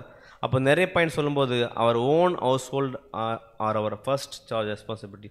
நம்முடைய விஷயங்கள் எங்கே தான் ஆரம்பிக்குதுன்னா ஃபஸ்ட்டு வீட்டில் தேவபக்தி. அப்போ அந்த தேவபக்தியை முதல் ஆரம்பித்த பிறகு எப்படி அது மொட்டு இருக்குதோ பார்க்க எப்படி தான் இருக்கும்? அழகாக இருக்காது, ஒரு கசப்பாக இருக்கும், ஒரு உருவம் இல்லாத மாதிரி இருக்கும். இது என்ன வித்தியாசமாக யோசிக்கும். பட் இதே விஷயங்கள் நல்லா அது டெவலப் ஆகும் தெரியுமா? வெளியில் உள்ள அந்த இலைகள் அந்த பூக்கான இலைகளை விடும் இல்லையா, பூக்கான அந்த இதழ்களை விடும் இல்லையா, அந்த இதழ்கள் எல்லாமே உள்ளுக்குள் டெவலப் ஆகிட்டே இருக்கும். டெவலப் ஆகிட்டு கட்டத்தில் எப்போ தான் அதை வெடிக்குன்னு தெரியாது. ஒரு ஃபைன் மார்னிங்கில் நம்ம தூங்கி ஏச்சதுக்குள்ளே என்ன பண்ணாது, பூ அப்படியே பிரகாசமாக பண்ணால் அது டக்குன்னு ஒரு பார்க்க ரம்மியமாக இருக்குமா இல்லையா? பூ பார்க்கும்போது அந்த தேவபக்தியை டெவலப் ஆகி உள்ளுக்குள் டெவலப் ஆகிட்டு தேவபக்தியோட சகோதர ஸ்நேகம். அப்போ சகோதர ஸ்நேகம் எப்படின்னா பூத்து குலுங்குமா. எப்படி இருந்தா வீட்லேயும் நல்லா இருக்குது, வீட்லேயும் சகோதரிகளாக பழகிட்டு ஒவ்வொருத்தரும் ஃபார் எக்ஸாம்பிள் வீட்லேயே 2 பேருமே நியூ கிறிஸ்டியனாக இருக்கிறாங்க, தேவனுக்குள்ளே வந்துட்டாங்கன்னா 2 பேருமே எப்படி பார்க்கணும்? சகோதரியை ஒரு நியூ கிறிஸ்டியனாக பார்க்கணும். இவர் என்னுடைய கிறிஸ்து, இவர் கிறிஸ்து, இவங்க கிறிஸ்துன்றதை 2 பேரும் பார்க்கும்போது அந்த வீட்டில் என்ன ஆகிடுச்சு? இப்போது சகோதரிங்க வந்துச்சு இல்லையா? அப்போ டெவலப் ஆகி இது அப்படியே எங்கே ட்ரான்ஸ்ஃபர் ஆகும்னா சகோதர மதில் ட்ரான்ஸ்ஃபர் ஆகும். அப்போ இங்கே வரும்போது எப்படின்னா ஒரு பூத்துக்குழுங்கிற மாதிரி ஒரு பூவை பார்க்க அப்படின்னா ஒரு பிரகாசம், நமக்கு ஒரு பிரைட்னஸ் இருக்கலாம். அந்த மாதிரி சகோதர ஸ்நேகம் தான் இங்கே வந்து பூ அடையாளப்படுத்துகிறாரு. சகோதர ஸ்நேகம் பூ அடையாளப்படுத்த மாதிரில அதை மலர்ந்துச்சு. ஆனால் மலர்ந்து முன்னாடி எப்படி இருந்துச்சு, அது அரும்பாக இருந்துச்சு. அப்படியே மலர்ந்த உடனே அப்படியே பார்க்கறது ஃபுல் ஃப்ளவர் தான் அப்படி செடியில் இருக்கும். அந்த மாதிரி சகோதர ஸ்நேகம் டெவலப் ஆகிற விஷயம் பார்த்தோன்னா இருக்குது. அது எப்போ பஸ்ட் ஆகும்னே தெரியாது. அந்த பஸ்ட் ஒரு ஆர்ட் கேப்சூலாக இருந்திருக்கும், பட்டாக இருந்திருக்கும், அது பிகம் எ பிளாசம். அப்போ இது ஒரு மிகப்பெரிய வளர்ச்சி. யாருக்கு? ஒரு புது சிருஷ்டிக்கு அடுத்த வளர்ச்சி சகோதர ஸ்நேகமாக. சகோதர ஸ்நேகம் பார்த்தோன்னா ஒரு மிகப்பெரிய வேலை செய்யுது. என்னென்னா அது சொல்கிற பாருங்க, the gospel the love which is growing in this heart. நம்ம ஹார்ட்டில் உருவாகிற அந்த ஒரு மிகப்பெரிய வந்து ஒரு அன்பு வந்து பஸ்ட் ஆகிட்டு இருக்கும். ஒரு மிகப்பெரிய வந்து தேவனுடைய அன்பில் தேவனுடைய ஞானத்தில் வரக்கூடிய விஷயமா இருக்குது. அப்போ எதை பற்றின விஷயம்னா, கிறிஸ்து எப்படி நம்ம அன்பு காமிச்சாரோ அந்த அன்பை வந்து எல்லாமே காமிக்காமி. சகோதர ஸ்நேகம்னு அர்த்தம் நம்ம என்ன அன்பு வந்துருக்குதோ அந்த அன்பு காமிக்கிற விஷயம் தான். அது மிகப்பெரிய ஒரு எப்படி ஃப்ளவர் பூத்துக்கணுங்கிற மாதிரி இந்த சகோதர அன்பு எப்படி டெவலப் ஆகணும். ஒருத்தர் டெவலப் ஆகணுமா? எல்லோரும் டெவலப் ஆகணும்ல. அப்போ டெவலப் ஆகும்போது எல்லாருமே இந்த சகோதரன் ஃபுல்லாக இருக்கும்போது பார்க்க எப்படி இருக்கும் எக்லிஷா? இந்த மாதிரி ஒரே மைண்டில், ஒரே சிந்தனையில், ஒரே நோக்கத்துக்காக ஒன்றா கூடி இருக்கும்போது எப்படி இருக்குன்னு பார்க்கும்போது அதான் சொல்ல, இதோ சகோதர ஒருமித்து வாசமானது எத்தனை நன்மை எத்தனை. அப்போ இந்த மைண்டோட சகோதர ஸ்நேகத்தோட பர்ஃபெக்ட் ஸ்நேகத்தோட எல்லாம் ஒன்றா செஞ்சுருக்கும் பார்த்தீங்களா? இது பார்க்க எப்படி இருக்குதான், எவ்வளோ நன்மை எத்தனை இன்பமாக இருக்குது. அப்போ இந்த மாதிரி ஒரு ஹார்ட் யார் தேவை? ஹார்ட் இந்த மாதிரி வந்து மாறணும். அப்போ எந்த மாதிரி மாறக்கூடாதுன்னா, வசனம் வாசிச்சிருப்போம் எரேமியா 7:14, இருதயம் வந்து திருக்குள்ளதும் மகா கேடுள்ளமாக எதுவுமே இருக்கக்கூடாது. அப்போ நம்ம என்ன பண்ணுவோம், சில நேரத்தில் நம்ம பார்க்கறது வந்து இது மாதிரி தெரிஞ்சாலும் கூட தேவனுடைய அந்த அன்பு உள்ள டெவலப் ஆகிறது யாருக்கு தெரியாது, வெளியே தெரியாது. ஆனால் உள்ளுக்குள்ளே பெரிய ஒரு இலைகள் ஃபார்ம் ஆகிட்டுருக்கும். ஆன பிறகு ஒரு மிகப்பெரிய விஷயமா இது ஒரு ஸ்டேஜ் ஆஃப் லவ் தான். அடுத்த லவ் ஃபஸ்ட் டியூட்டி லவ், அப்போ சகோதர அன்பு வரும். ஒரு ஃபைன் மார்னிங்கில் ஒரு மிகப்பெரிய ஒரு விஷயம் வரும்.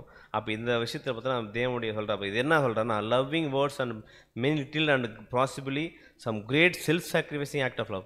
அப்போது சுயத்தை தியாகம் பண்ணக்கூடிய ஒரு ஆக்ட் தான் வெளிப்படுறதா இந்த இங்கே சகோதர ஐக்கியத்தில் வெளிப்படும். அப்போ அது மட்டும் இல்லை, வசனம் வாசிச்சிருப்போம் 1 யோவான் 13. அப்போ நீ சகோதர சேகத்தை காமிச்சா அப்போ தான் யாருன்னு தெரியும் எல்லாருக்கும், நீங்கள் என் சீஷர்கள்ன்றது எப்படி தெரியும், ஒருவருக்கு ஒரு அன்பாக இருங்க. அப்போ இது எல்லாமே இருக்குது. அது மட்டும் இல்லாமல் இன்னும் 1 யோவான் 3:18 வாசிங்க சிஸ்டர். அந்த அன்பு எப்படி பண்ணணும்னு சொல்கிறேன். 1 யோவான் 3:18. 1 யோவான் 3:18.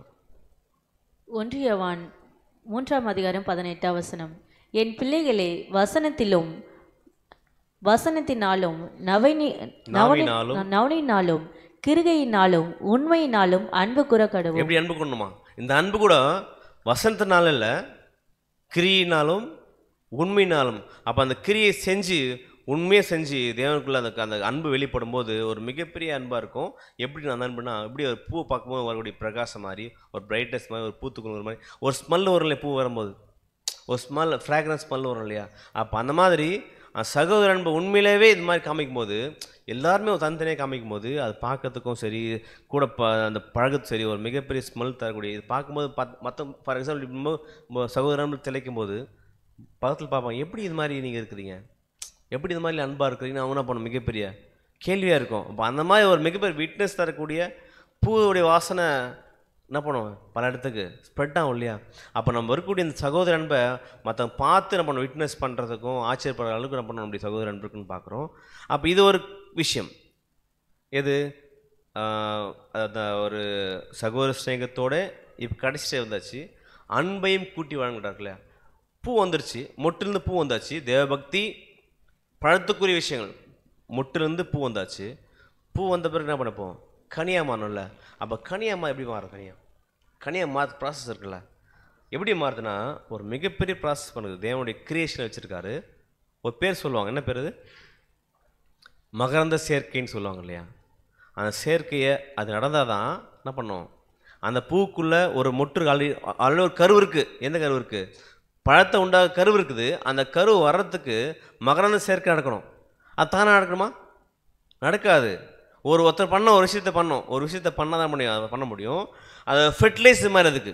எப்படின்னா, இந்த போலன் கிரெயின்ஸ் இருக்கு இல்லையா, அந்த போலம் கிரேஸ் பார்த்தோன்னா இதுக்குள்ளே போய் தான் அந்த ஒரு இங்கே இதுக்குள்ளே ஓவர் இருக்கு இல்லையா, இந்த ஓவரில் அந்த காயோடைய இந்த பழத்துடைய ஒரு மிகப்பெரிய அந்த கரு இருக்குது. இந்த மகர சேர்க்கை இது உள்ளே வந்து என்ன பண்ணும், அந்த விஷயத்தை பண்ணால் தான் அந்த பழமே உருவாகக்கூடிய ப்ராசஸ் ஆரம்பிக்கும். அந்த மாதிரி அழிய வாசிங்க தமிழ் இருக்கிறது. மகரந்தம் வெளியேறிய பின்னர்தான் உள்ளிருக்கும் கரு முதிர்ச்சி அடைந்து பிற மலர்களில் இருந்து வரும் மகரந்தத்தால் கருத்தரிக்கும் நிலைக்கு வருகிறது. கருத்தரித்த பிறகு பூவின் இதழ்கள் உதிர்ந்து கனி உருவாக ஆரம்பிக்கிறது. என்ன பண்ணுதான்? அப்போ அந்த ப்ராசஸ் நடக்கணும். அந்த ப்ராசஸ் தானே நடக்காதான். எப்படி நடக்கணும்? சேர்க்கை நடக்கணும். சேர்க்கை வந்து ஒரு பூ சேர்க்கணும் சேராது. சேர்க்கிறது தான் என்ன பண்ணுதுன்னா எது பண்ணும்? எது பண்ணுறது? இந்த பூச்சிக்கு பண்ணுது இல்லைங்களா? அந்த பூச்சி என்ன பண்ணுதுன்னா இங்கேக்குரிய அந்த போலம் சேர்த்து அங்கே போயிட்டு இதை மாற்றி மாற்றி அந்த செயற்கை பண்ணக்கூடிய விஷயத்த அது பண்ணுது. ஆனால் வந்து இப்போ பாருங்கள், இந்த பூ எதுக்கு பார்த்துட்டோம்? சகோதர அன்பு இல்லையா? அப்போ ஒரு சகோதரருக்குடைய ஒரு மிகப்பெரிய விஷயம் இன்னொரு சகோதரர் என்ன பண்ணுது? இப்போ இதில் எப்படி யோசிச்சு பாருங்களேன். ஒரு போலம் கிரேஸ் தனித்தனியாக இருக்குது, தனித்தனி பூவாக இருக்குது.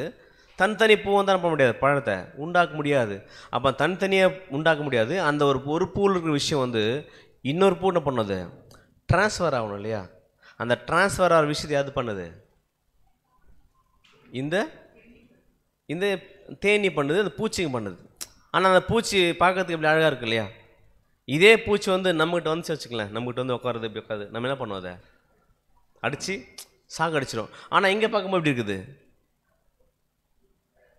அழகாக இருக்குது. அந்த பூவில் இருக்கக்கூடிய அந்த மகரந்த சேர்க்கை அந்த விஷயத்தை வந்து போலம் சேர்த்துன்னு போயிட்டு அடுத்த பூக்கு வைக்குது இல்லையா? அந்த மாதிரி இந்த பூச்சி பண்ணுற மாதிரி எதை குறிக்குதுன்னு சொல்கிறாருன்னா, இந்த பூச்சி வேறு எதுவும் இல்லை. இந்த பூச்சின்றது எதை உறிஞ்சுது? அதில் இருக்கிற உயிர் சாரத்தை உறிஞ்சுது இல்லை? எது? அந்த பூச்சி என்ன பண்ணுதுன்னா அந்த தேனி என்ன பண்ணுது? அந்த தேனி அந்த பூக்கில் இருக்கிற உயிர் சாரத்தை உறிஞ்சி அப்படியே என்ன பண்ணுது? அது வந்த வேலை என்னது? மகரந்த சேர்க்கை பண்ணணும் வருமா? அது இல்லை, அது ஒரு வேலை என்ன? அந்த இருக்கக்கூடிய உயிர் சாரத்தை நம்ம இழுத்துட்டு பூவை சாக அடிச்சுட்டு வரோம்.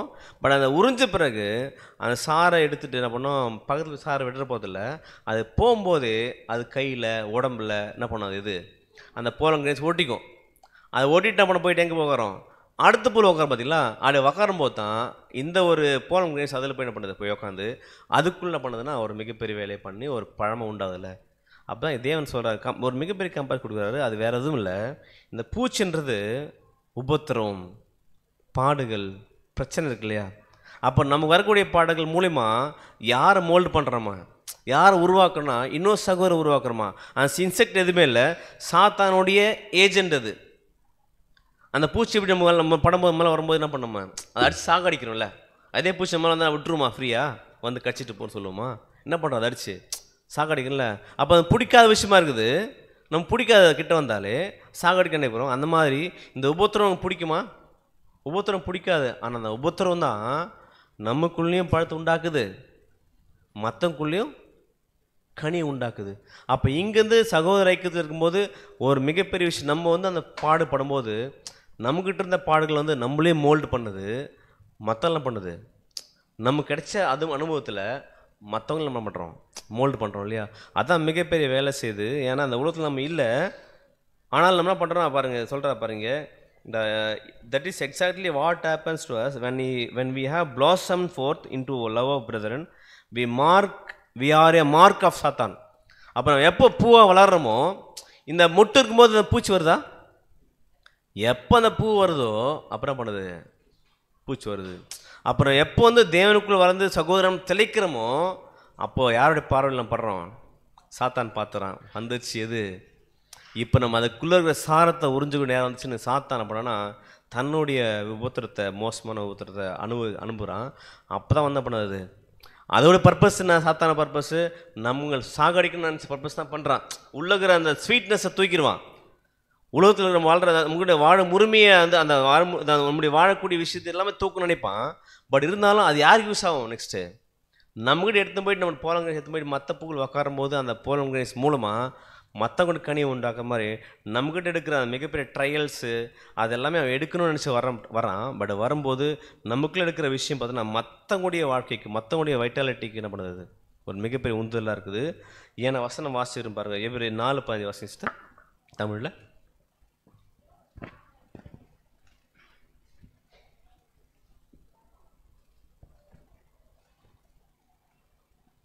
எபிரேயர் 4:15.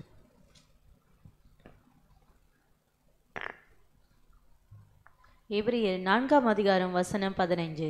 நம்முடைய பலவீனங்களை குறித்து பரிதைக்க கூடாத பிரதான ஆசாரியர் நமக்கிராமல் எல்லா விதத்திலும் நம்மை போல் சோதிக்கப்பட்டும் பாவம் இல்லாதவனாய் இருக்கிற பிரதான ஆசாரியரே நமக்கு இருக்கிறார். என்ன சொல்றாரு? அப்போ எப்படி இயேசு கிறிஸ்து நம்ம உபத்திரப்படும், அவர் உபத்திரப்பட்டாரு, உபத்திரப்பட்டு நம்ம உபத்திரப்படுறதுக்கு அவர் என்ன பண்ண ஹெல்ப் பண்ணுறாரு இல்லையா? அந்த மாதிரி நம்ம உபத்திரம் முதல்ல வாங்கிறோம். எப்படி அந்த பூச்சி வந்து முட்டுற சாரத்தை எடுக்கிற மாதிரி நம்ம உபத்திரம் அந்த பாடுகளை வந்து பட்டுறோம். நம்ம பாடுபட்ட பிறகு மற்றவங்க பாடுபடும்போது நம்ம என்ன பண்ணுறோம்? ஹெல்ப் பண்ணுறோம் இல்லையா? அந்த மாதிரி மற்றவங்களுடைய கனி வரத்துக்கு ஹெல்ப் பண்ணுறதுன்னா இந்த பூச்சி வழியாக போய் போலன் கிரேஸ் பண்ண போயிட்டு உட்காந்து கனி கொடுக்குற மாதிரி நம்ம என்ன செய்யணும்? நமக்கு வரக்கூடிய பாடுகளில் மற்ற கஷ்டப்படும் போது என்ன பண்ண நம்மளும் சேர்ந்து அவன் கஷ்டத்தை ஷேர் பண்ணி அவன் வேண்டிய ஆறுதல் கொடுக்கக்கூடியவர்களாக இருக்கணும். ஏன்னா இந்த பாடுகள் வந்து சாதாரண பாடு கிடையாது, ஒரு மிகப்பெரிய உபத்திரம். அந்த உபத்திரம் ஒரு மிகப்பெரிய நம்மளும் வந்து பரிதவிக்கிற ஆசாரியனாக மாறணும். அப்போ எப்படி வந்து இந்த உபத்திரம் வந்து ட்ரான்ஸ்ஃபர் ஆகுதுன்னா, உபத்திரம் டெவலப் ஆகுதுன்னா, ஒரு பூச்சி வந்து தன் உடம்பு எல்லாத்தையும் சுமந்துட்டு போயிட்டா பண்ணுதுன்னா அப்படியே மேலே வைக்குது இல்லையா? வச்சோம் மிகப்பெரிய கனிக்குரிய விஷயம் நடக்குது. அப்போ நம்ம மூலிமா ஒரு மிகப்பெரிய உந்து சக்தியாக இருக்கணும். நிறைய சகோதரர் வளரும் தவிர நம்ம என்ன ஆகிக்கூடாதுன்னா வசனம் வாசிச்சிருக்கிறோம், இடலில் உண்டாக்குற ஒரு பிள்ளையா நம்ம இருக்கக்கூடாது. அப்போ நம்ம டெவலப் ஆகிறதுக்கு நம்ம கனி உண்டாகிறது ஒரு மிகப்பெரிய வேலையை செய்து இது இந்த பூச்சி இல்லையா? அப்போ உபத்திரம் மூலிமா தான் எதுக்குள்ளே போக முடியும்? தேவனுடைய ராஜ்யத்துக்குள்ளே போக முடியும். அந்த வேலை செய்து இதை சொல்கிறவர் சகோதர ஸ்நேகத்தோட அன்பையும் கூட்டி வழங்கல். அப்போ இந்த அன்பு தான் எதுனா அகாப்பே அன்பு. அகாப்பன் மட்டும் இல்லை, இந்த அன்பு தான் நமக்குள்ளே வளர வேண்டிய அன்பு. அந்த அன்புக்காக தான் சீடே விதைக்கப்பட்டுச்சு. கடைசி அல்டிமேட்டாக இந்த அன்பு நம்ம வளரணும். அந்த அன்பு முதல்ல தேவன் மேலே, அது நிறைய ஸ்டெப்ஸ் இருக்குது. தேவன் மேலே, சத்தியத்தின் மேலே, சகோதரர் மேலே, அடுத்து நம்முடைய எதிரி மேலே. அப்போ அந்த எதிரியே ஸ்நேகிக்கிற அளவுக்கு இந்த அன்பு டெவலப் ஆகணும். நம்ம சகோதரர் சிநேகிச்சிருவோம், சத்தியத்தை சிநேகிச்சிருவோம், தேவனை சிநேகிப்போம். ஆனால் சத்துருவை அந்த லெவல் போனால் தான் அதான் ஐ ஃபார்ம் ஆஃப் லவ்னு சொல்லப்பட்டிருக்கும். அந்த லவ் வரவர்கள் தான், அந்த லவ் வரும்போது ஆட்டோமேட்டிக்காகவே என்ன பண்ணோம்? அந்த அன்பு தான் யார் காமிச்சது? முதல்ல நாம் சத்துருவாக இருக்கும்போது தேவன் நம்மால் காண்பித்த மிகப்பெரிய அன்பு தான் அந்த பூ உருவாகிற ப்ராசஸ் பார்த்தோம் இல்லையா? மொட்டு உருவாயிட்டு பூ உருவாயிடுச்சு, கடைசியாக இது உருவாதுன்னா ஒரு மிகப்பெரிய கனி உருவாது. இங்கே தான் யாரோட சாயல் நம்ம பெற்றுக்கொள்கிறோம்? அன்பில் ஃபுல்லாக நின்னாச்சு. நின்ன பிறகு சகோதர ஸ்நேகத்தோடு அன்பையும் கூட்டி வழங்குங்கள் சொல்கிறார் இல்லையா? அப்போ இந்த நேரத்தில் தான் நம்ம என்ன பண்ணணும்னா சொல்கிறா பாருங்க, அது வாசிச்சு தமிழில். நீதிமையை நேசித்து கடவுளுக்கு கீழ்ப்படியும் முயற்சியில் தான் எவ்வளவு பலவீனம் என்பதையும், தன் தவறுகளுக்காக மற்றவர்கள் தன்னை மன்னிக்க வேண்டும் என்று எவ்வளவு ஆசைப்படுகிறான் என்பதையும் அவன் கண்டுபிடிக்கிறான். என்ன சொல்ல வர்றாருன்னா, அப்போ நம்ம அந்த கஷ்டப்படும் போது தான் மற்றவங்களுக்கும் அந்த கஷ்டத்தை எப்படி நம்ம தவறு செய்யும்போது மற்ற மன்னிக்கு எதிர்பார்க்குறோம் இல்லையா? அந்த மாதிரி தான் மற்றவங்க இருக்கும் இல்லையா? அந்த ஒரு எண்ணத்துக்குள்ளே நம்ம போகணும்னு சொல்கிறாரு முதல் பாயிண்டில். செகண்ட் பாயிண்ட் வாசி சிஸ்டர். இது அவனை சகோதரர்களின் பலவீனங்களை மன்னிக்கவும் அவர்களை எப்படி நேசிப்பது என்பதை கற்றுக்கொள்ளவும் கற்றுத்தருகிறது.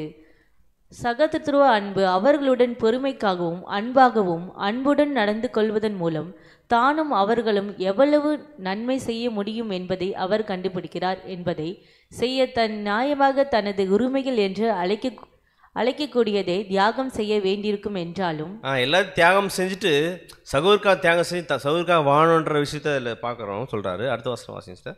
இவ்வாறு இந்த மேலும் பல சோதனைகள் மூலமாகவும் தனக்காக தங்கள் உயிரையை கொடுக்கும் சகோதரிடமிருந்து அவர் பெரும் உதவி மூலமாகவும் அவர் ஒரு வகையில் ஒருமிட்டு அன்பின் பலத்தை அந்த உபத்திரம் மூலியம் மிகப்பெரிய விஷயம் உரமிட, அதாவது ஃபெர்டிலைஸ் பண்ணக்கூடிய விஷயம் நடக்குதான். அப்போ அந்த உரமிட்டு தான் ஒரு மிகப்பெரிய கனி தரக்கூடிய விஷயங்கள் நடக்குன்னு சொல்கிறாரு. அப்போ கனி தந்த பிறகு என்னாச்சுன்னா ஒரு மிகப்பெரிய கடைசி எதிர்பார்த்தது என்னாச்சு? வந்துருச்சு, இந்த பழம் உண்டாச்சு. அப்போ இதுக்காக தான் அந்த செடி நடப்படுது. அப்போ பல்வேறு ப்ராசஸ் கடைசியில் அன்பை வளர்த்துட்டாங்க. இப்போ அன்பு வந்துருச்சு, பழம் வந்துருச்சு. பழம் வந்த பிறகு அந்த பழம் அதுலேயே இருந்தால் நல்லா இருக்குமா? இப்போ யோசிச்சு பாருங்கள், அந்த பழம் ஃபுல்லாக பழுத்துருச்சு. பழுத்த பழம் அப்படியே இருந்தால் என்ன ஆட்டோமேட்டிக்காக அதுவும் பூச்சி வரும், பட் இருந்தாலும் அந்த பழம் கீழே விழும்போது அந்த பழத்துக்குள்ளே எத்தனை சீட் இருக்குது, எத்தனை விதை விழும். அப்போ ஒரு பழம் பழுத்து விழுந்துச்சுன்னா அந்த பழம் மூலமாக அநேக செடிகளை பண்ணும் முளைக்கல. அப்போ இந்த பழம் யார் நமக்குள்ள வளர வேண்டிய ஒரு மிகப்பெரிய கேரக்டர். நம்ம கேரக்டரில் ஸ்ட்ராங் ஆகிட்டுன்னு வச்சுக்கலாம். இந்த பூமியில் சபையாக மாற்றோம்னா சபை மாறின பிறகு நம்ம மூலிமா என்ன பண்ண போகிறாங்க, பல பல விதைகள்னால் பல ஜனங்கள் தங்க லைஃபை ஆரம்பிக்க போகிறாங்க. அந்த மாதிரி தான் கிறிஸ்துன்ற ஒருத்தனை பண்ண நமக்காக ஒரு விதை செத்தால் ஒழிய, ஒரு விதை செத்தால் பண்ண நிறைய விஷயத்தை உதாரணம் வந்து இந்த ஒரு விதை விழுந்தால் தான் நிறைய செடியை வளர்க்குற மாதிரி கிறிஸ்துன்ற விதை விழுந்துச்சு. 1,40,000 பேர் என்ன பண்ணோம் இப்போ நம்ம வளர்ந்துட்டுல. அந்த மாதிரி இதமாக சபையை போகிற ஒவ்வொருத்தரும் தன்னோட லைஃப் கோர்ஸை முடிக்கும்போது, தன் லைஃப்பை முடிக்கும்போது அவங்களும் இந்த பூமியில் சாகுவாங்கள்ல. அப்போ அவங்க இறக்குற போது பல விதைகள் எப்படி ஒரு செடியில் அந்த பழத்தில் விழுந்து அது ஒரு செடியாக போகுது, அந்த மாதிரி இவங்க லைஃபே பல பேருக்கு என்ன பண்ணுவோம் ஒரு மிகப்பெரிய ஆரம்பமாக அது இருக்கும். அவன் மூலம் ஒரு மிகப்பெரிய வேலை செய்யும், மிகப்பெரிய ஒரு வளர்ச்சிக்குள்ளே அவங்களும் போவாங்கன்ற பார்க்குறோம். அப்போ ஒவ்வொரு நியூ கிரியேஷன் அவனுடைய வளர்ச்சி முழுசுமே தேவனுடைய கையில் இருக்குது. அவன் இறந்தாலும் யாருக்கு பயன்படுறாங்க, தேவனுடைய பிள்ளைகளுக்கு பயன்படுறாங்க. அந்த மாதிரி விஷயம் இருக்குது. அப்போ நம்ம வந்து எப்படி இருக்கணும்னா, நம்ம உண்மையான பழத்தை தேவன் எதற்காக வச்ச செடி வச்சிடறான், செடிக்குரிய ஒரு மிகப்பெரிய பழமாக மாறின தேவன் வச்சுருக்காரு. அப்போ இந்த ப்ராசஸ் தான் புரிஞ்சுக்கலாம். முதல்ல வசந்த வாசப்படி முதல்ல விசுவாசம் ஆரம்பிக்குது. விசுவாசத்தோட தைரியத்தையும், தைரியத்தோட ஞானத்தையும், ஞானத்தோட இச்சரிக்கையும், இச்சரிக்கத்தோட பொறுமை. பொறுமையில்தான் ஒரு 3 முக்கியமான ப்ராசஸ்ஸு. தேவபக்தியோட சகோதர ஸ்நேகம், சகோதர ஸ்நேகத்தோட அன்பையும். அப்போ இந்த ப்ராசஸ் இருந்து தான் கடைசி சொல்கிறா பாருங்க. இப்படி வளர்ந்துட்டிங்கன்னா வசனம் வாசிக்கிறோம். 1 பேதுரு 5:1-8 வாசிச்சிட்ட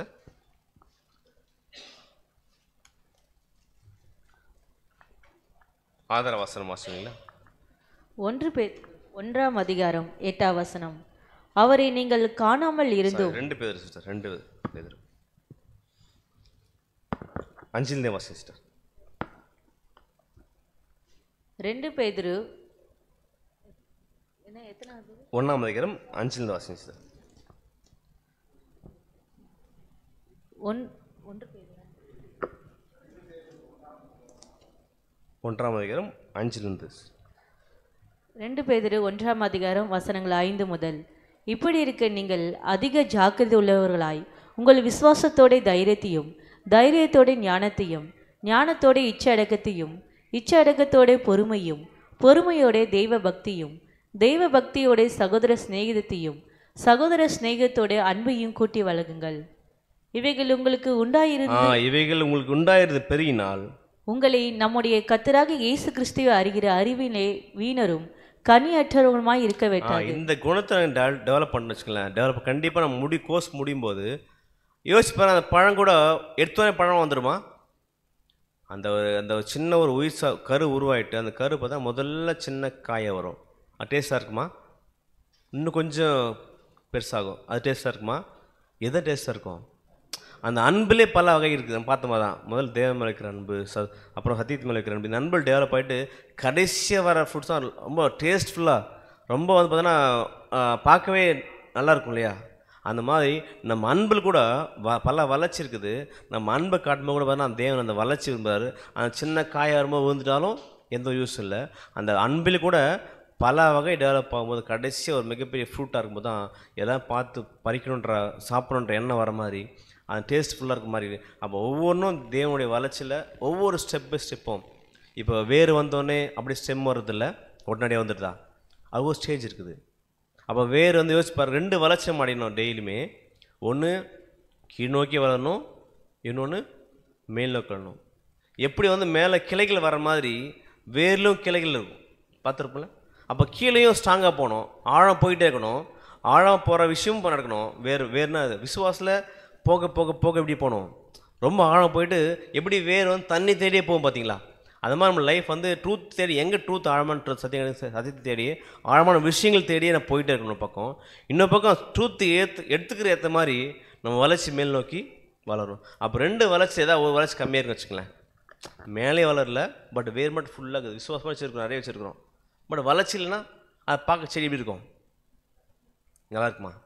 அல்லது மேலே நல்லா வளர்ந்துட்டுருக்கோம், வேர் ரொம்ப சின்னதாக இருக்கும்.